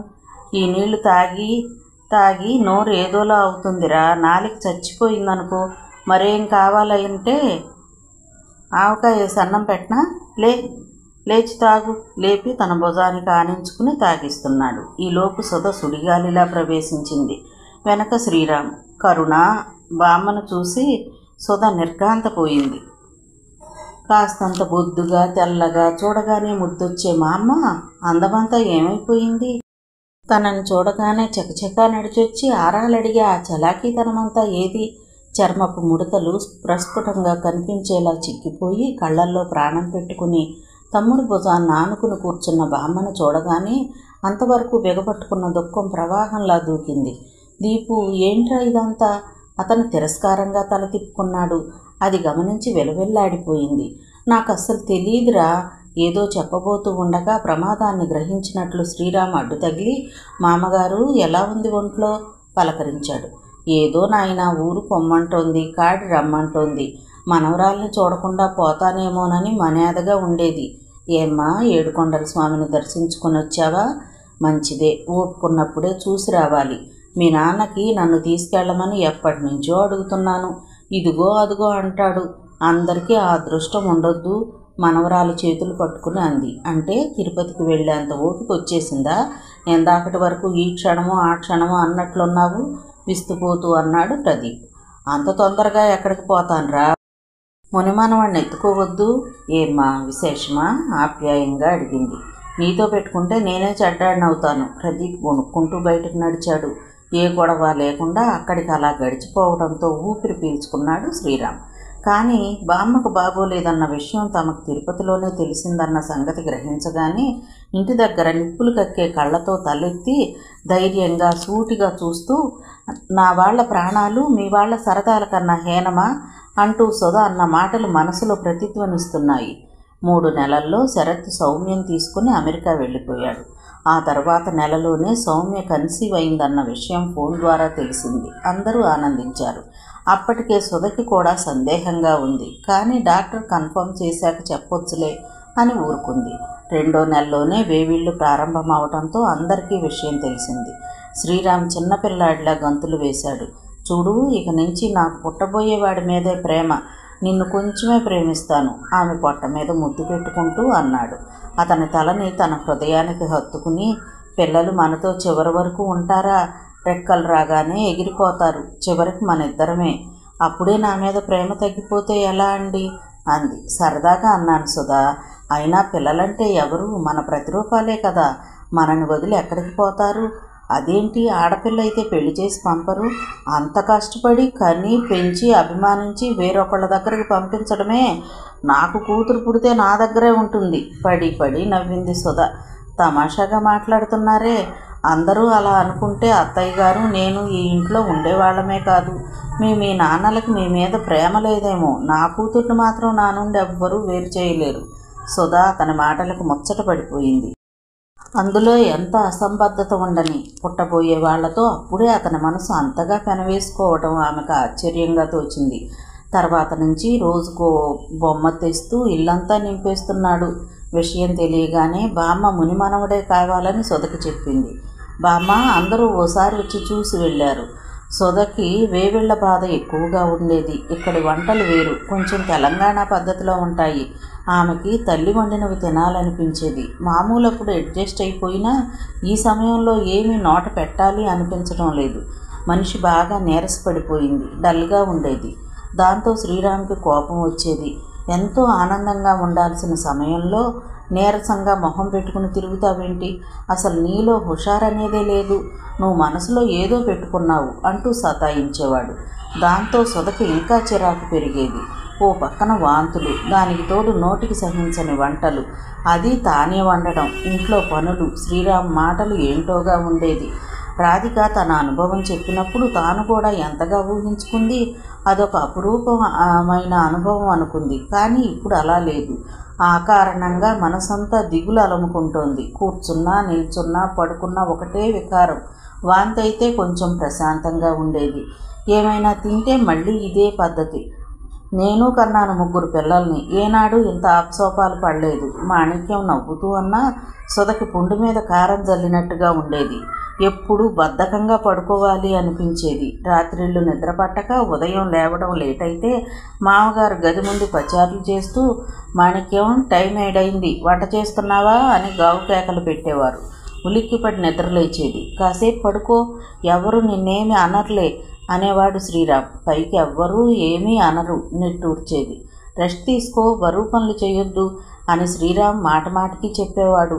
అలాగని కాస్తంత విశ్రాంతిగా పడుకుంటే పని మనిషితోనో మధ్యాహ్నం అమ్మలక్కలతోనో తను కడుపుతో ఉన్నప్పుడు ఎంత కష్టపడింది, ఈ కాలం వాళ్ళు ఎంత సుఖపడుతోంది ఉదాహరణలతో సహా చెబుతుంటే ఖాళీగా కూర్చోబుద్ధి అయ్యేది కాదు. అరుంధతికి సుధని 5వ నెలలోనే తెచ్చి ఇంట్లో పెట్టుకుందామని ఉండేది. ఓసారి పిండి వంటలు చేసి సుధకివ్వడానికి వచ్చింది. ఆ సందర్భంలో పిల్లని తీసుకువెళతామని అల్లుడితో అంటే, అమ్మని అడగండి అన్నాడు. మాణిక్యాన్ని అడిగితే, అబ్బాయికి వంటకి అది ఇబ్బంది అవుతుంది, 7వ నెలలో తీసుకెళ్ళండి అంది. కడుపుతో ఉన్నదే, వండి పెట్టకపోతే ఆ మాత్రం కొడుక్కి ఓ 6 నెలలు వండి పెట్టలేదా అనుకుంది అరుంధతి. తల్లి తండ్రి ఎంత సణిగినా కరుణ వినకుండా వదినకు పనుల్లో సాయపడుతూ ఉండేది. ఇలాగైతే డిగ్రీ చేతికొచ్చినట్లే, నీకెందుకు ఈ పనులు అనేవారు. చూస్తూ ఊరుకోలేకపోయేది. అసలు మీరే విషయానికి గట్టిగా మాట్లాడరేంటి వదినా, ఇలాగైతే ఎక్కడికి వెళ్ళినా సుఖంగా ఉండలేరు అనేది. పెద్దవాళ్ళని ఎదిరించి మాట్లాడమని నేను చెప్పడం లేదు. మీ పేరెంట్స్తో ఎంత ఫ్రీగా మాట్లాడుతున్నారు, ఇక్కడ అలాగే ఉండండి. అది ఎలా సాధ్యం? మా అమ్మ నాకు నచ్చని పని చేస్తే కసిరేస్తాను, కానీ అత్తయ్య గారిని అలా కసరగలనా? కసరక్కర్లేదు. శాంతంగా ఉంటూనే సూటిగా మాట్లాడుతూ మీ ఇష్టాలను జరుపుకోవచ్చు. మీరెందుకు ఇలా బాధపడుతూ కూడా ఇదే స్థితిని కోరుకుంటున్నారో అర్థం కావడం లేదు. ఒక పరిస్థితి మనకు వ్యతిరేకంగా ఉన్నప్పుడు మన ఐడియాలజీని మరింత ఫ్లెక్సిబుల్ చేసుకుని ముందు మనం సుఖంగా ఉండటానికి కృషి చేయాలి. నిజంగా తమను తాము బాధ పెట్టుకుంటూ ఇతరుల కోసం కష్టపడుతున్నామని సింపతిని ఆశిస్తూ జీవితమంతా ఇలా త్యాగాలతో గడిపేసుకోవడానికైనా ఆడవాళ్ళం పుట్టాం. మీకంటూ సొంత కోరికలు సరదాలు ఏమీ ఉండవా? మీకెంతో ఇష్టమైన పెయింటింగ్ ఊసే ఇప్పుడు ఎత్తడం లేదు. ఇంతకుముందు మీరు వేసిన పెయింటింగ్స్ అన్నీ ప్రదీప్ చూపించారు. Really you are a great artist. ఆర్టిస్టులు ఎప్పుడు ఏడుస్తారో ఎందుకు నవ్వుతారో వారికే తెలియదని ఓ మహానుభావుడు అన్న మాట నిజమని మిమ్మల్ని చూస్తే తెలుస్తుంది. అంత సున్నితం మీ మనసు. ఆ సున్నితత్వాన్ని చుట్టూ ఉన్న మేము కాపాడాలి. ఆ సున్నితత్వం నుంచే మీ ఆర్ట్ మరింత పెరిగేందుకు దోహదపడాలి. కానీ ఇక్కడ పరిస్థితులు అలా లేవు. మేము మీకు ఏ విధంగానూ సాయపడలేకపోతున్నాం. అదేమన్న మాటలే, ఇక్కడ నాకేం తక్కువ? ఆడపడుచు పొగిడిందన్న మొహమాటంతో అంది. అదుగో అలాగే మిమ్మల్ని మీరు మభ్య పెట్టుకుంటున్నారు. పెళ్ళయ్యాక మీరు వేసిన ఒక్క పెయింటింగ్ చూపించండి. నిజానికి మాకెవ్వరికి వాటి విలువ తెలియదు. ఇక్కడి వాళ్ళకి అవి పిచ్చి గీతలుగా తోచవచ్చు. నిజంగా ఏదో ఒక కళని మీ సొంతం చేసుకోవడం అన్నది గొప్ప విషయం. ఆ కళ మీలో ఉండి నిర్లక్ష్యం చేస్తున్నారు. పెళ్ళయ్యాక ఇవన్నీ ఎక్కడవుతాయి? పెళ్ళి కాకముందైతే కొంతలో కొంత ఖాళీ దొరుకుతుంది కాబట్టి అలాంటివి సాగుతాయి. నిజానికి ఖాళీ దొరక్క మీరు చేసేంత గొప్ప పనులు ఏమున్నాయో చెప్పండి సూటిగా అంది. కరుణ, నేనే పని చేయడం లేదా వెర్రిగా చూస్తుండిపోయింది. కళ్ళల్లో నీళ్లు తిరుగుతున్నాయి. అది చూడగానే కరుణకు బాధ కలిగింది, కానీ బయటికి ప్రదర్శించలేదు. మా అమ్మకి ఒళ్ళు రావటానికి, మా అందరినీ బద్ధకస్తులుగా చేయడానికి తప్ప మీ పనులు దేనికి ఉపయోగపడటం లేదు. మీరు అనవసరమైన పనులతో ఎంత టైం వేస్ట్ చేసుకుంటున్నారో తలుచుకుంటే బాధగా ఉంది. అసలు మీరనే కాదు, చాలామంది ఆడవాళ్ళు ఇలాగే ఉదయం లేచిన దగ్గర నుంచి మొగుడికి, పిల్లలకి, అత్తమామలకి, వాళ్ళకి, ఇంటికి సేవలు చేస్తూ అదేదో గొప్ప పనిలాగా ఫీల్ అయిపోతూ ఉంటారు. ఎందుకు చెయ్యాలి అసలు? ఎవరి పనులు వాళ్ళు చేసుకుంటే సమస్య ఉండదు. ఎవరి బట్టలు వాళ్ళు ఉతుక్కుని, ఎవరి గదులు వాళ్ళు తుడుచుకుని, ఎవరి భోజనం వాళ్ళు పెట్టుకుని అది ఎలా కుదురుతుంది? ఇక ఎవరి వంట వాళ్ళనే చేసుకోమంటే తలొకరికి ఒక వంటగది ఉండాలి. ఎవరు వీలున్నప్పుడు వాళ్ళు చేస్తారు. నిజానికి ఈ ఇంటి పని చాలా తక్కువ. అంతా ఒకరి మీదే పడబట్టి భారం అవుతుంది. అందరం ఇంటి బయట కష్టపడదాం, ఇంట్లోనూ కష్టపడదాం అనుకుంటే ఏ సమస్య రాదు. నీ మాటలు వింటుంటే బాగున్నట్లే ఉన్నాయి, కానీ ఆచరణలో పెట్టడం మాత్రం చాలా కష్టమైన విషయంగా అనిపిస్తోంది. లేచి వంటగదిలోకి వెళుతూ అంది సుధ. నిట్టూర్చింది కరుణ. 7వ నెలలో సుధకి అత్తవారింట్లో సీమంతం ఘనంగా జరిగింది. తల్లిదండ్రులు వచ్చి అన్ని ఖర్చులు పెట్టుకుని ఆడంబరంగా జరిపించారు. ఆ రోజు మాణిక్యం కూతుర్ని పదే పదే తలుచుకుంది. దేశం కాని దేశంలో పుట్టింటాళ్ల ఛాయ పడకుండా నా కూతురు ఎంత ధైర్యంగా ఉంటోందో. ఇంకోళ్ళైతే ఈ పాటికి నానాయాగి చేసుండేవాళ్ళు. ఎలాగైనా సౌమ్య గుంభనం గల మనిషి. ఒక్కసారైనా అమ్మా మనోవేదనగా ఉంది అని అననేలేదు. అందరికీ అంత ఓర్పు సహనం ఉండదు అనింది. ఆ మాటలు నిజమేననిపించాయి. అందరినీ వదిలి తనైతే ఉండలేదు. ఇప్పటికీ వారానికోసారి ఫోన్లో అయినా పుట్టింటాళ్ల గొంతు వింటే గాని మనసు ప్రశాంతంగా ఉండదు. సౌమ్య ధైర్యం గల మనిషే అనుకుంది సుధ. సీమంతం కాగానే సుధను తీసుకువెళదామని తల్లిదండ్రులు అనుకున్నారు. కానీ మాణిక్యం తాలూకు పెద్దమ్మగారి అమ్మాయి చనిపోయిందని తెలియగానే ఆమె అక్కడికి వెళ్ళడానికి ప్రయాణం పెట్టుకుంది. సుధ గురించి ఆలోచించలేదు. కారులో చుట్టాల అబ్బాయిని తీసుకుని వెళ్ళిపోయింది. ఎవ్వరూ ఏమీ జరగనట్లే అందరూ అన్ని పనులకి సుధ మీదే ఆధారపడిపోయారు. నువ్వు చెయ్యగలవా అని ఎవరూ అడగలేదు. కరుణ ఎగ్జామ్స్ హడావిడిలో ఉంది. అయినా చేతనైన సాయం చేస్తోంది. పగలంతా పని, రాత్రి నిద్రలో ఉలికిపాట్లు. ఏ పనికైనా బద్దకిస్తే మామగారు ఈ చెత్త ఇక్కడ ఉందేంటి, బాత్రూమ్ వాసన వస్తుంది అంటూ అన్యాపదేశంగా చేయాల్సిన పనులు గుర్తు చేసేవారు. ఆవిడ ఊరు వెళ్ళినప్పుడు ఆయనకి పదే పదే ఆవిడ గుర్తుకొచ్చేది. మాణిక్యం లేకపోతే ఇంటికి కళ లేదు అనగానే సుధకి బాధ కలిగేది. ఆవిడను పొగిడినందుకు కాదు, ఇంత కష్టపడుతున్నా ఒక మంచి మాట అననందుకు. వదిన బాధ చూసి కరుణ ఓ రోజు తండ్రి దగ్గరగా వెళ్ళి, అమ్మ వచ్చే వరకు వంట పనికి మిగతా వాటికి మనిషిని ఎవరైనా చూడండి అంది. పేపర్లోంచి తల ఎత్తకుండానే ఇప్పుడేమైంది అన్నాడు. వదిన ఒక్కతే పనంతా ఎలా చేసుకోగలదు? మీ అమ్మ కడుపుతో ఉన్నప్పుడు 2 పిల్లల పని, ఇంటి పని నెపాయించుకొని వచ్చేది. అప్పుడు ఇన్ని సదుపాయాలు కూడా లేవు. తండ్రి వాక్ప్రవాహం అలా సాగిపోతూనే ఉంది. చెవులు మూసుకుని అక్కడి నుండి పారిపోవాలనే కోరికను అదుపులో పెట్టుకుని ఊరికే చూస్తూ ఉండలేకపోతున్నాను. నా ఎగ్జామ్స్కి ఇంకా టైం ఉంది కదా, వదినని వాళ్ళింటికి పంపించండి అంది. ఆయన నొసలు ముడిపడ్డాయి. ఏమిటి మొండితనం? అయినా ఏమంత పని ఉందని? మీ వదిన నీతో అందా? ఓసారి పిలు. వదిన ఏమీ చెప్పలేదు. నాకే అనిపించింది. తనకి మాత్రం రెస్ట్ తీసుకోవాలనిపించదా? ఆమె స్వరం బాధగా మారింది. అది గమనించి పద్మనాభరావు కాసేపు ఆలోచించి, మన పని మనిషి ఉందిగా, ఈ 10 రోజులు ఇంట్లోనే ఉండమని చెప్పు, ఎంతో కొంత ఇద్దాం. ఆ మనిషి శుభ్రంగానే చేస్తుంది కదా. చాలా నీట్గా చేస్తుంది డాడీ.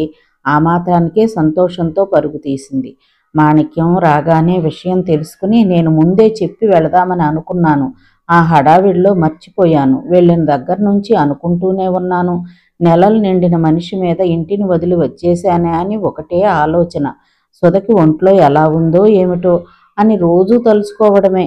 ఏం పర్లేదులే అమ్మా, డెలివరీ అయ్యే వరకు పనిచేస్తూ ఉంటే ఈజీ డెలివరీ అవుతుందని డాక్టర్ అన్నారు. తల్లి బాధపడటం చూడలేక ఆమెకు ఓదార్పు కలిగేలా మాట్లాడాడు శ్రీరామ్. అత్తగారి మాటలకి వికసించబోతున్న ముఖం శ్రీరామ్ మాటలకి మళ్లీ వాడిపోయింది. ఆవిడ ఎప్పుడో గాని తన పట్ల అభిమానాన్ని ప్రదర్శించదు. ఎవరి దగ్గర తన గురించి 4 మంచి మాటలు చెప్పదు. అదేమని కరుణ ఓసారి అడిగితే కోడలు గొప్పదని ఊరంతా టామ్ చేస్తే రేపెప్పుడన్నా గొడవలు వస్తే మళ్ళీ నలుగురిలో ఎలా సమాధానం చెప్పుకోగలం అందామె. ఆమె ముందు చూపుకి అప్పుడు తనకి నిలువుగుడ్లు పడిపోయాయి. అలాంటిది ఈ సందర్భంలో శ్రీరాము ఎలా చెడగొట్టడం చిరాకుని కలిగించింది. అసలు ఈ మగాళ్ల మూలంగానే అత్తాకోడళ్ళకి సమస్యలు వస్తాయనుకుంటా అక్కసుగా అనుకుంది. ఆ తర్వాత సుధ పుట్టింటికి వచ్చేసింది. వచ్చిన దగ్గర నుండి బామ్మ మిగతా వాళ్ళు బ్రహ్మరథం పడుతుంటే చిత్రంగా ఆమెకి ఆనందం కలగడం లేదు. నాకిలా చిన్నప్పటి నుండి గారం చేసే దేనికి పనికి రాకుండా చేశారు, నా పని నన్ను చేసుకొనివ్వండి అంటూ ఏదో ఓ పనిలో ప్రవేశించే సుధని చూసి బామ్మ కుమిలిపోయేది. ఎలాంటి పిల్ల ఎలా అయిపోయింది, పువ్వుల్లో పెట్టి పెంచాం గదే అని రోజు వాపోతూ ఉండటం చూసి అరుంధతి భరించలేక ఇప్పుడేమైందని ఇక్కడ దానికి మనం పని పాటలు నేర్పించలేకపోయాం, అక్కడికి వెళ్ళాక కుదురుగా అన్నీ నేర్చుకుంది, సంతోషించండి, ఎవరైనా వింటే అత్తింటి వాళ్ళు రాచి రంపాను పెడుతున్నారేమో అనుకుంటారు. కన్న మమకారం కూడా లేదు. అయినా ఓ 10 రోజులు దాన్ని చూసుంటే కదా బాధ తెలిసేది. తన కూతుర్ని తాను చూడలేదు. అరుంధతికి దుఃఖం కోపం ముంచుకొచ్చాయి. అనండి అనండి, నేను పెంచకుండానే నా కూతురు పెరిగిందా? మీ కాలక్షేపం లేక ఎక్కువసేపు దాన్ని ఒళ్ళో వేసుకుని కూర్చునేవారు. దీనికి ఎంత ఇదైతే నవమాసాలు మోసి ఏంటన్నావు, కాలక్షేపానికి పెంచానా? చిన్నంతరం పెద్దంతరం లేకుండా ఎంత మాట అన్నావు? అయినా నాదే బుద్ధి తక్కువ. ఒక్కగా ఇక్కడున్నాను, నా దారేదో నేను వేరే చూసుకుంటే ఈ మాటలు పడే కర్మ తప్పేది. పెళ్లి కాకముందు చాలా నార్మల్గా వినోదంగా భావించే వీళ్ళిద్దరు తగువు చాలా శ్రద్ధగా పరిశీలించింది సుధ. ఈ బామ్మ కూడా అత్తగారే కదా, ఆవిడ మాటల్లోనే తప్పు కనిపించింది. మా అమ్మ ఎప్పుడు అమ్మని ఏదో ఒకటి అని బాధ పెడతావెందుకు, కోపంగా అంది. సుధా, నువ్వు మీ అమ్మకే వత్తాసా అంటూ గదిలోకి వెళ్ళి ముసుగు పెట్టేసింది బామ్మ. సుధా, వీళ్ళిద్దరికీ ఎప్పుడు ఉండేదేగా, నువ్వెందుకు కల్పించుకున్నావు? ఇక మా అమ్మ 2 రోజుల వరకు మనుషుల్లోకి రాదు మృదువుగా అన్నాడు ప్రదీప్. ఏంటో సడన్గా అనేశాను అంది. రాత్రి బామ్మ భోజనానికి లేవలేదు, ఎవరెంత పిలిచినా రాలేదు. చివరికి సుధా, నన్ను కూడా పస్తుంచుతావా? అయినా అమ్మ అలా మాట్లాడటము తప్పే. అసలు నీ కోడలు నిన్ను బాగా చూసుకోవడం లేదు, నాన్నగారితో చెబుతానుండు కోపాన్ని అభినయిస్తూ అంది. బామ్మ ముసిముసిగా నవ్వుకుంటూ లేచి జారిపోయిన జుట్టును వేలుముడు వేసుకుంటూ, రోజూ నాకెంత ముద్ద ఉడకేసి పెట్టేది మీ అమ్మే కదే, నువ్వు పెడుతున్నావా మీ నాన్న పెడుతున్నాడా అంటూ వంటగదిలోకి దారి తీసింది. మీకిష్టమని పెసరపప్పు కూర ఉల్లికారం చేశాను, వేసుకోండి అరుంధతి అంటోంది. రాత్రిపూట అరగదే బామ్మ సంకోచం. పర్లేదులేండి, భోజనాలయ్యాక మీరు మీ మనవరాలు కాసేపు పెరట్లో పచార్లు చేయండి అంటూ వడ్డించింది. విస్తుపోవడం సుధవంతైంది. ప్రదీప్ ఖాళీ సమయంలో ఎక్కువసేపు సుధతో గడిపేవాడు. మంచి బుక్స్ తెచ్చివ్వడం, ఆమె ఆహ్లాదంగా నవ్వుతూ ఉండేట్లు చూడటం చూసి సుధంటే ఎంత ప్రేమో అనేవారు అందరూ. సూరి సుధ ఎక్కడుంటే అక్కడే ఉండేవాడు.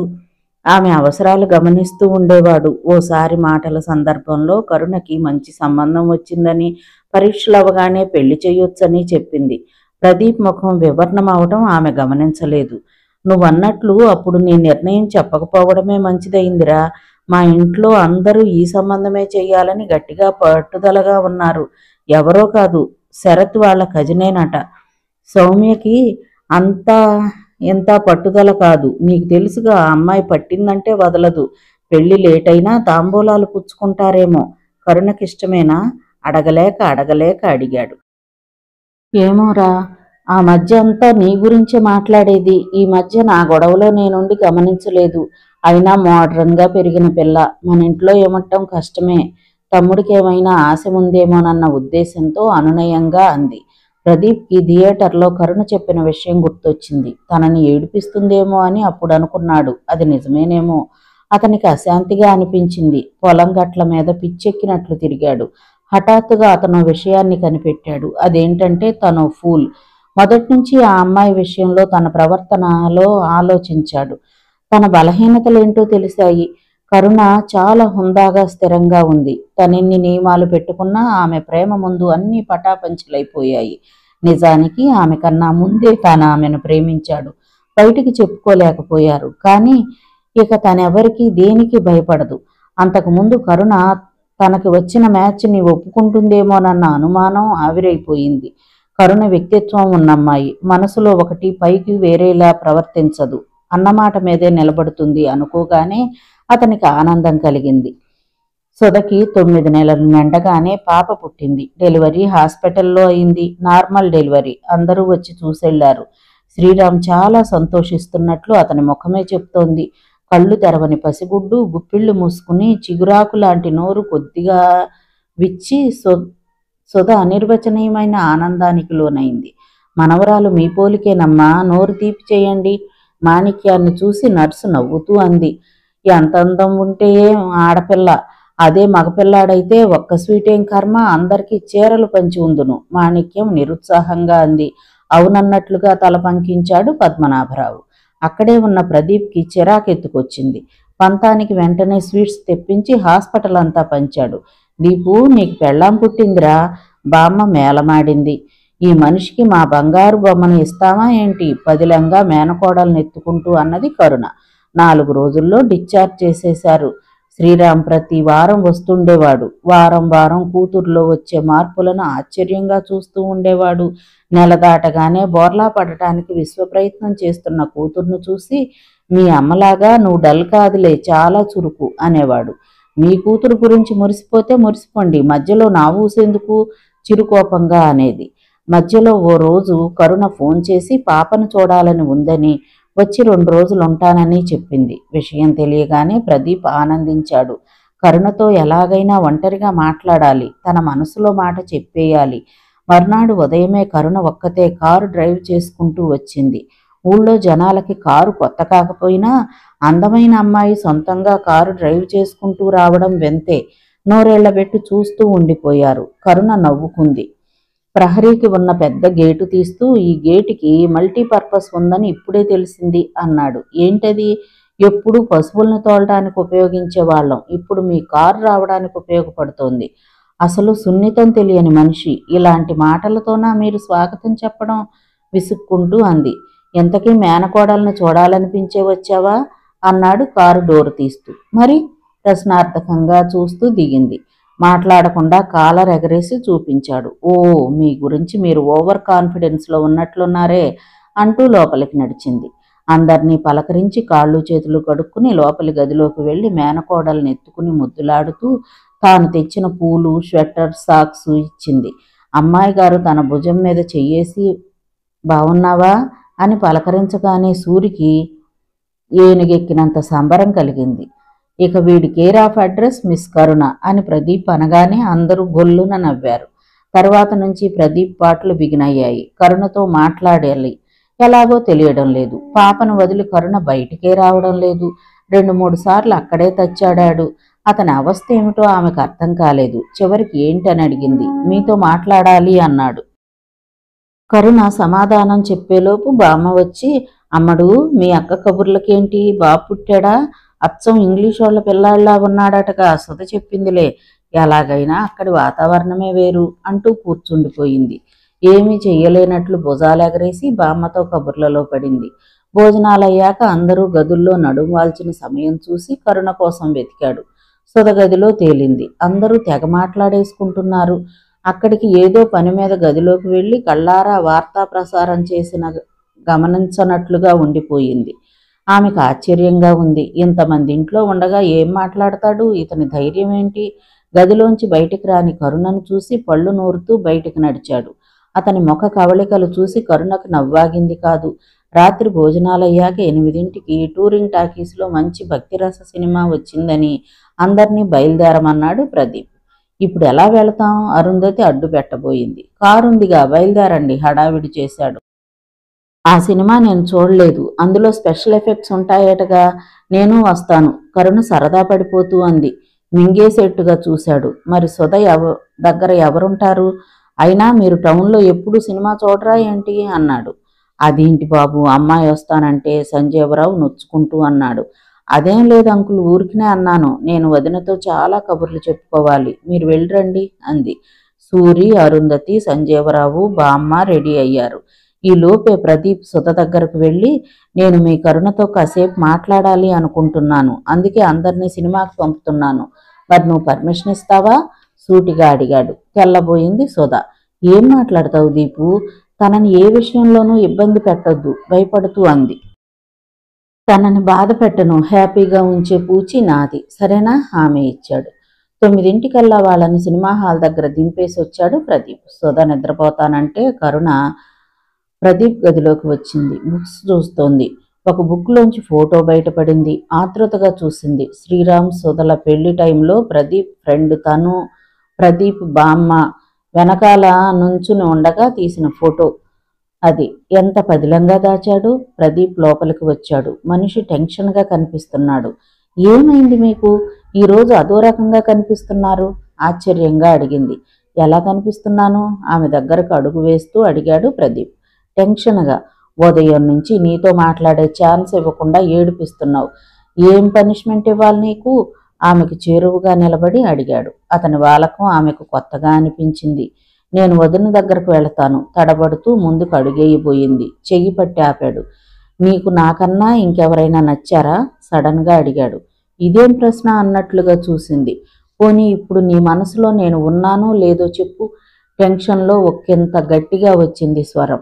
అతనికి తన మీద తనకి కంట్రోల్ ఉండటం లేదు. తాను స్మూత్గా తన ప్రేమను తెలియజేయాలనుకున్నాడు.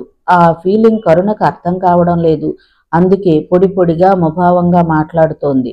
అది ప్రదీప్ భరించలేకపోతున్నాడు. ఇప్పుడు నాకేం మాట్లాడాలని లేదు, నన్ను వెళ్ళనివ్వండి. నిజమే, ఇప్పుడు మాట్లాడాలనిపించదు. ఫారిన్ పెళ్లి కొడుకు రెడీగా ఉంటే ఇంక నాతో.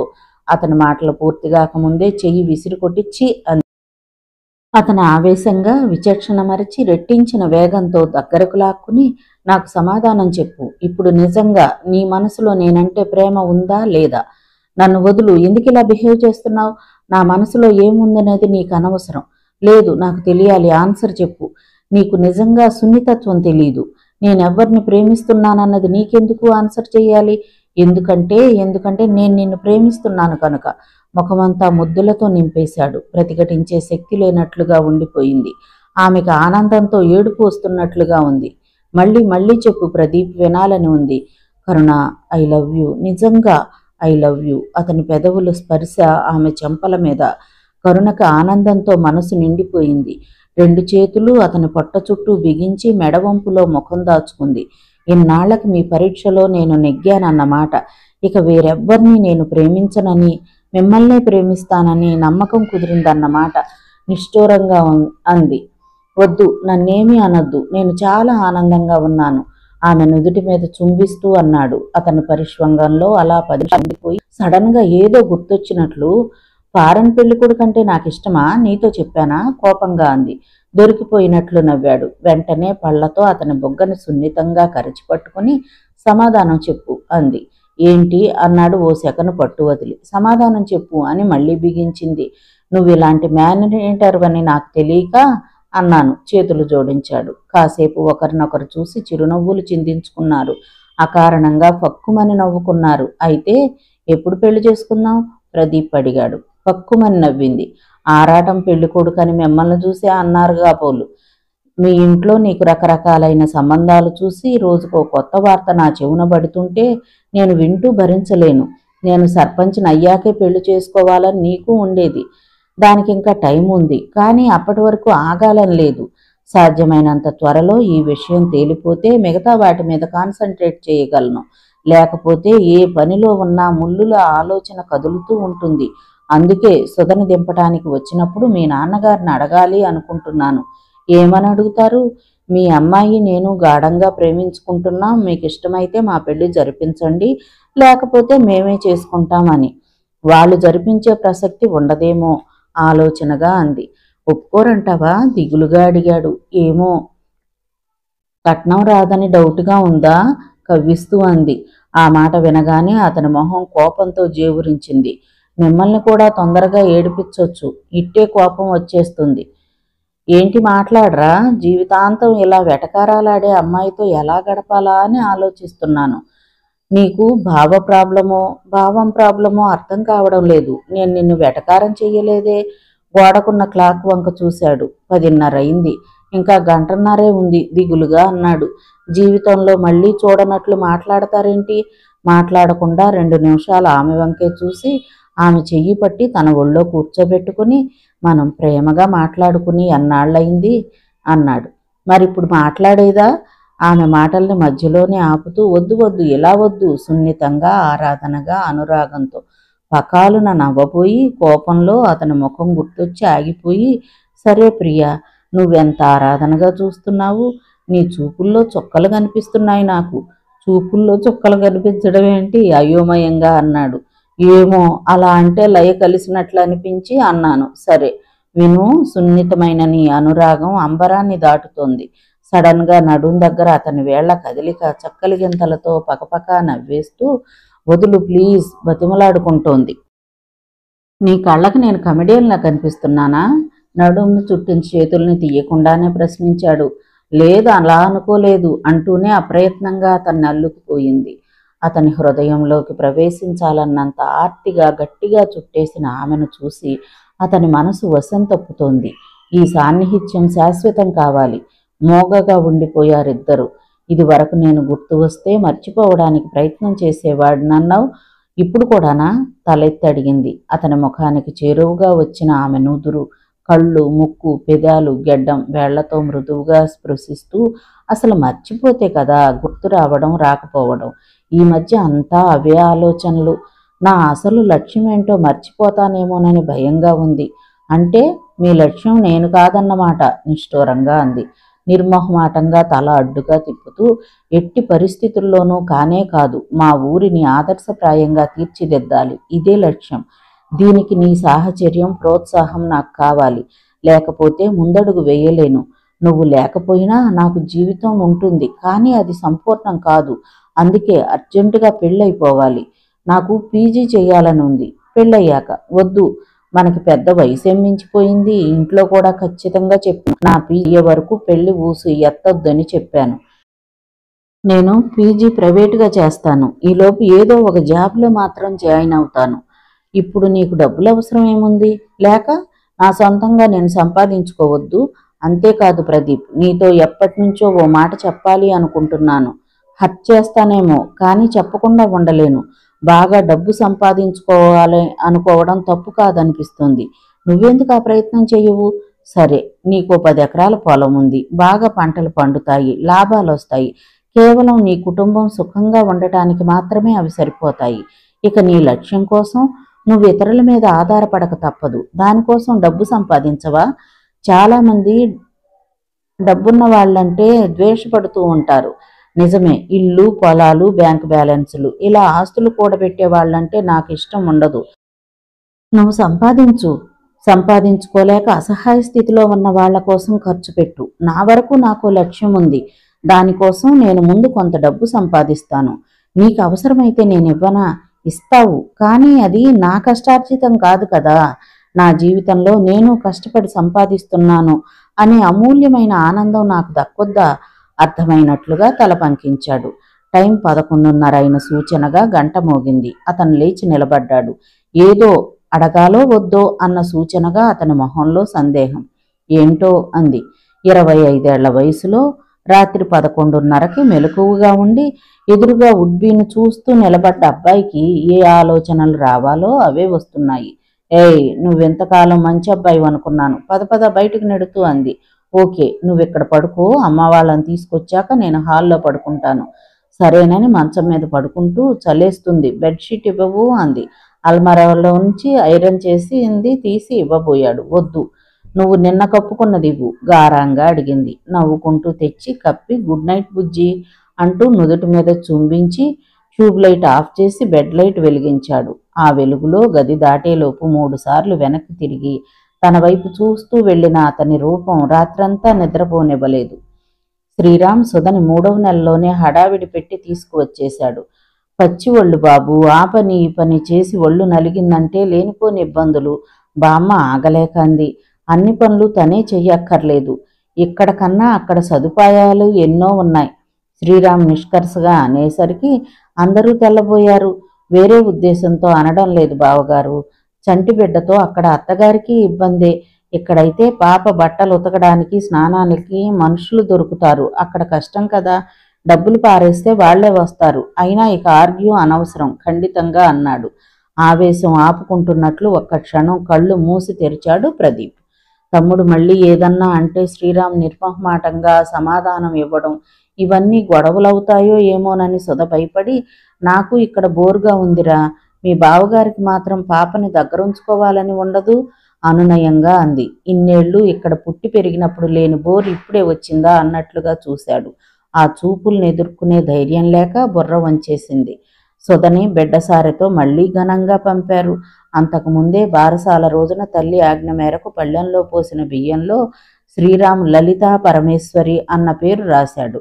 ఈ విషయంలో సుధకి శ్రీరామ్కి గొడవ జరిగింది. చిన్నగా 2-3 అక్షరాల పేరు పెట్టాలని సుధ, తన తల్లి చెప్పిందే పెట్టాలని శ్రీరామ్ పంతం పట్టారు. ఆ కాలంలోనే తన కూతుళ్ళిద్దరికీ సౌమ్య, కరుణ అని ఇంత సింపుల్గా పేర్లు పెట్టినప్పుడు ఒక జనరేషన్ తరువాత ఇంత పాత పేరైతే ఎలా అని దెబ్బలాడింది. అదంతా అనవసరం, మన స్వార్థం కోసం ఆవిడ ఆనందాన్ని ఎందుకు కాదనాలి అన్నాడు శ్రీరామ్. సుధ విస్తుపోయింది. కన్న బిడ్డకి మంచి పేరు పెట్టాలి అనుకోవడం స్వార్థమా? ఈ మాటే ఆవిడికి చెప్పొచ్చుగా. అయినా ఈ పేరులో నీకు నచ్చనిదేంటి? నీ అంత మోడర్న్గా మేం పెరగలేదులే, మా లెవెల్కి ఈ పేరు చాలు వ్యంగ్యంగా అన్నాడు. గొడ్ల నీళ్లు గొడ్ల గుట్టుకోవటం తప్ప ఏమీ చెయ్యలేకపోయింది. పిల్లని అందరూ లల్లీ అని పిలుస్తూ ముద్దు చేస్తుంటే ఏంటోగా ఉండేది. ఆమెకు వాహిని అన్న పేరు పెట్టి వన్ను అని పిలవాలని ఉండేది. అందుకే పట్టుదలగా స్కూల్లో వేసేటప్పుడైనా మార్చుకోవచ్చన్న ఉద్దేశంతో తన దోవన తాను వన్ను అని పిలవటం మొదలుపెట్టింది. ఈ రకంగా పుట్టిన మరుసటి గంటలోనే తాతయ్య నానమ్మలను నిరుత్సాహానికి, పుట్టిన 21వ రోజునే తల్లిదండ్రుల గొడవకి తన ప్రమేయం లేకుండానే కేంద్ర బిందువైంది ఆ పసికోన. బిడ్డతో ఇంట్లో కాలు పెట్టే ముందు ఇద్దరికీ దిష్టి తీసింది మాణిక్యం. తరువాత బిడ్డను ఎత్తుకుని కొంచెం రంగు తగ్గినట్లుగా ఉందే, అక్కడి నీళ్లు పడలేదేమో, ఒళ్ళు కూడా చేయలేదు, కింద మీద తిప్పుతూ పరిశీలించింది. అందరూ నీ పోలికే అంటున్నారమ్మా, శ్రీరామ్ అన్నాడు. మీ అమ్మంత కళ ఎక్కడుంది? కానీ కొంచెం కొంచెం అందరి పోలికలు కలిశాయి, పద్మనాభరావు అన్నాడు. ఆ రోజు సాయంత్రమే ఏం వంట చెయ్యాలో చెబుతూ, అమ్మయ్య సుధ వచ్చింది, నాకు ఆనందంగా ఉంది అంది మాణిక్యం. సుధ మనసు పురివిప్పిన నెమలిలా నాట్యమాడబోయింది. కానీ వెంటనే, లేకపోతే రోజు ఈ ఇంటి పని వంట పని చేసుకోలేక చస్తున్నాను, అలవాటు తప్పిపోయింది. కాదు మరి, ఈ వయసులో ఎవరికైనా వండి పెడితే తినాలని ఉంటుంది, నువ్వే చేయాలంటే కష్టం కదా. అసలే అంతంత మాత్రం ఆరోగ్యం, పద్మనాభరావు అన్నాడు. 47 ఏళ్ల వయసులో తనని మించిన పొడవుతో నెగారింపుగా పట్టుసడలని చర్మంతో తెల్లగా బొద్దుగా ఉండే అత్తగారి గురించి మామగారి మాటలు వినగానే 70 ఏళ్ల వయసులో ఇప్పటికీ ఆ పనిలో ఈ పనిలో నేనున్నానంటూ తలదూర్చే బామ్మ గుర్తు వచ్చింది. బిడ్డ పుట్టాక మాతృత్వం, మాతృప్రేమ, మాతృగర్వం వగైరాలతో ఆడవాళ్లు పులకించిపోతూ ఉంటారని సుధ ఎప్పుడో వింది. అయితే ఆ పులకింతలేవి సుధ దరిదాపులకు కూడా రాలేదు. ఉదయం లేవడం, పిల్ల లేచేలోపు వంట, టిఫిన్ పూర్తి చేసి క్యారేజీలు కట్టడం, మధ్యలో వన్ను లేస్తే వెళ్ళి పాలు పట్టడం చేసేది. ఆ పాపకి పాలు పట్టే సమయంలో సగం వదిలిన వంట దగ్గరకు అత్తగారిని రమ్మని పిలవటానికి ఆమెకి ధైర్యం చాలేది కాదు. పూజ గదిలో ఉన్న ఆమెను డిస్టర్బ్ చేస్తే మామగారికి కోపం. అందుకే మెల్లమెల్లగా చెప్పేది. అయినా దెప్పి పొడుపులు తప్పేవి కావు. మా సుధకి ఓపిక తక్కువ, పని కూడా స్లోగా చేస్తుంది, ఎసట్లో బియ్యం ఎన్ని వేయాలో కూడా నేనే చెప్పాలి అనేది. అలాగని స్వతంత్రించి తనే వేసినప్పుడు ఎక్కువైందే. ఆ రోజుల్లో బియ్యం ధర ఎలా పెరిగింది అన్న దగ్గర నుంచి ఎలా పొదుపుగా ఉండాలి అన్న వరకు క్లాసు సాగిపోయేది. ఏ విషయంలో ఎలా ప్రవర్తించాలన్నది ఆమెకు అర్థమయ్యేదే కాదు. ఈ జన్మలో ఈవిడ అభిమానాన్ని, మెప్పుని నేను సంపాదించగలనా అని దిగులుగా అనుకోవడమే తప్ప అందుకోసం పాకులాడాల్సిన అవసరమేముంది అని అనుకోలేకపోయింది. బ్రెస్ట్ ఫీడింగ్ కావడంతో ఆమెకు నీరసంగా ఉండేది. తిండి తినడానికి సరైన సమయం ఉండేది కాదు. ఇక చంటిపిల్ల విషయానికి వస్తే ఉదయాన్నే చంటిపిల్లకు కూడా చన్నీళ్లే మంచివని అంటే అవే పోస్తుంటే సుధ ప్రాణం విలవిల్లాడిపోయేది. పసిపిల్లలకు నలుగు పెట్టి ఎంత ఆర్భాటంగా స్నానం చేయిస్తారు. అంతెందుకు, తన పెళ్ళయ్యే వరకు తలస్నానం విషయంలో బామ్మ ఎంత శ్రద్ధగా ఉండేది. అక్కడికి ఓసారి ధైర్యం చేసి జలుబు చేస్తుందేమోనని మెల్లగా గొణిగింది. దాంతో ఆవిడ పెద్దరికానికి విఘాతం కలిగినట్లుగా ఫీలై, దీనికి వేణీళ్లు పడవు, ఒళ్ళు చూడు ఎలా కందిపోతోందో, ఆ మాత్రం నే కనిపెట్టలేనా? 3 పిల్లల్ని పెంచిన అనుభవం నాకుంది, అంటూ కంచు కంఠంతో చెప్పేసరికి మరి నోరెత్తలేదు. పాప పగటిపూట పడుకుని రాత్రిళ్ళు మెలకువగా ఉండి రాగం తీసేది. దాంతో పగటి నిద్ర పనితోనూ రాత్రి నిద్ర పాపతోనూ సరిపోయేది. శ్రీరామ్ ఈ మాత్రానికేనా అంటూ పెదవి విరిచేవాడు. శ్రీరామ్ దృష్టి మెల్లగా డబ్బు సంపాదన మీదకు మళ్ళుతోంది. మొదట్లో సుధను అంటిపెట్టుకుని తిరిగేవాడు. ఆమె గురించి ఆలోచించేవాడు. ఆఫీసు నుండి వచ్చిన దగ్గర నుండి ఆమెతో మాట్లాడాలని తహతహలాడేవాడు. ఆ ఉత్సాహం క్రమంగా తగ్గుముఖం పడుతోంది. అయితే అతనికి సుధంటే ప్రేమ లేదని కాదు, కాకపోతే దానిని ఇదివరకట్లా బయట పెట్టడానికి ప్రయత్నించడం లేదు. కొత్తలో అయితే సుధ నుండి ఇంకా ఏదో తెలుసుకోవాలి అన్నట్లుగా ఎక్కువ సమయం ఆమెతో గడిపేవాడు. ఇప్పుడు బిడ్డ పుట్టింది, బాధ్యత పెరిగింది. పుట్టింది ఆడపిల్ల, బాగా సంపాదించాలి అన్న కోరిక బలీయమవుతోంది. సాధారణంగా చాలామంది మగవాళ్లలో పెళ్ళైన 6-7 ఏళ్లకు లేదా 35 ఏళ్ల వయసు దాటితేనో డబ్బు సంపాదించాలన్నది వ్యసనంగా మారుతుంది. సుధా అతన్ని అర్థం చేసుకోలేకపోతోంది. అతను మారిపోతున్నాడు, తనని పట్టించుకోవడం లేదు. తన కష్టాలు ఇబ్బందులు అతనికి అవసరం లేదు. ఇక భార్యాభర్తల బంధం అంటే ఏమిటి? డబ్బు సంపాదిస్తూ అతను బయట అందరికీ సేవలు చేస్తూ తను ఎంట రాత్రిపూట ఏ శారీరక అవసరాలకో కలవడం, ఇదంతా ఆమెలో అశాంతిని కలగజేస్తుంది. పాపకి 6వ నెల వచ్చింది. ఒళ్ళు చేసి బొద్దుగా మిసమిసలాడుతోంది. ఆ రోజు పాపకి టీకా వేయించాలని చెప్పి ఉదయం 11 గంటలకు హాస్పిటల్కి బయలుదేరింది. అప్పటికే ఎండ మెటమెటలాడుతోంది. రిక్షా కోసం చూస్తూ నిలబడింది. ఈలోపే ఒళ్ళంతా చెమట పట్టి కళ్ళు తిరుగుతున్నట్లయ్యాయి. జీవితంలో ఎండ ముఖమే ఎరగనట్లు ఏంటి ఇలా? అప్పుడే వచ్చిన రిక్షాని ఆపి ఎక్కుతూ అనుకుంది. అప్పుడు గుర్తొచ్చింది ఆమెకు, తాను 3వ నెలలో ఇంట అడుగు పెట్టిన తర్వాత గుడుగుడు గుంచంలాగా ఇంట్లో పనితో నలిగిపోవటమే తప్ప బయట కాలు పెట్టలేదంది. 3 నెలల పైనే అయింది బయట అడుగుపెట్టి. అందరూ ఫంక్షన్స్కి, సినిమాలకి, షాపింగ్స్కి వెళుతూ మాట వరుసకైనా తనని ఎవ్వరూ రమ్మనలేదు. తాను వస్తే పాపనెవరు చూస్తారు? పిల్లల్ని కని పెంచే బాధ్యత పూర్తిగా తనదే. మరి శ్రీరామ్కి కూడా పెంచే బాధ్యత ఉందని ఎవ్వరూ అనరే. అతను ఉద్యోగం చేస్తున్నాడు, తను ఇంట్లో ఉంది, అందుకనా? కానీ ఒకవేళ తాను ఉద్యోగం చేసినా ఈ బాధ్యత పూర్తిగా తనదేనంటారు. తననే కాదు, పిల్లల్ని ఆడవాళ్లే పెంచాలి. వాళ్ళ తప్ప ఎవ్వరూ పెంచలేరు. చేత కాదు అన్నది ముసుగు. అతి కష్టమైన పనికి ఎంత చాకచక్యంగా మాతృత్వ ముసుగు తొడిగి ఆడవాళ్ల మీద రుద్దారో కదా. శ్రీరామ్ ఒక్కనాడైనా పాప పనులు మనస్ఫూర్తిగా చేసి ఎరగడు. శుభ్రంగా స్నానం చేయించి పండులా తొనలు తిరిగి ముద్దొస్తున్న పిల్లని ఎత్తుకుని సరదా పడతాడు. రాత్రిపూట పక్క తడిపేసే పిల్లని చేతికిచ్చి పక్క మారుస్తాను ఎత్తుకోమంటే అతనికి విపరీతమైన కోపం వచ్చేది. పగలంతా కష్టపడే నాకు ఇలాంటి పని చెప్తున్నావని విసుక్కునేవాడు. నెమ్మదిగా సుధకి జీవితం యాంత్రికంగా అనిపించసాగింది. ఎంత జీవం లేని బతుకు ఎందుకు బతుకుతున్నట్లు అన్న ప్రశ్న తరచూ వచ్చేది. జీవితం శూన్యంగా, బోలుగా, ఒక సరదా సంతోషం లేకుండా గడిచిపోతుండటం భరింపరానిదిగా తయారైంది. దాన్నించి కోలుకోవడానికి, అస్తిత్వాన్ని నిలుపుకోవడానికి ఆమె పోరాటం ప్రారంభించింది. అయితే అది నెగిటివ్లో ఉండటం దురదృష్టకరం. మిగతా కథ తరువాతి భాగంలో చూద్దామండి. కథ విన్నందుకు ధన్యవాదాలు.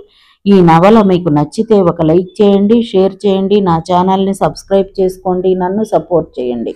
మీరిచ్చే ఒక్క లైక్ నాకు, నా ఛానల్కి ఎంతో సపోర్ట్ని ఇస్తుందండి. Thank you. ఉంటానండి.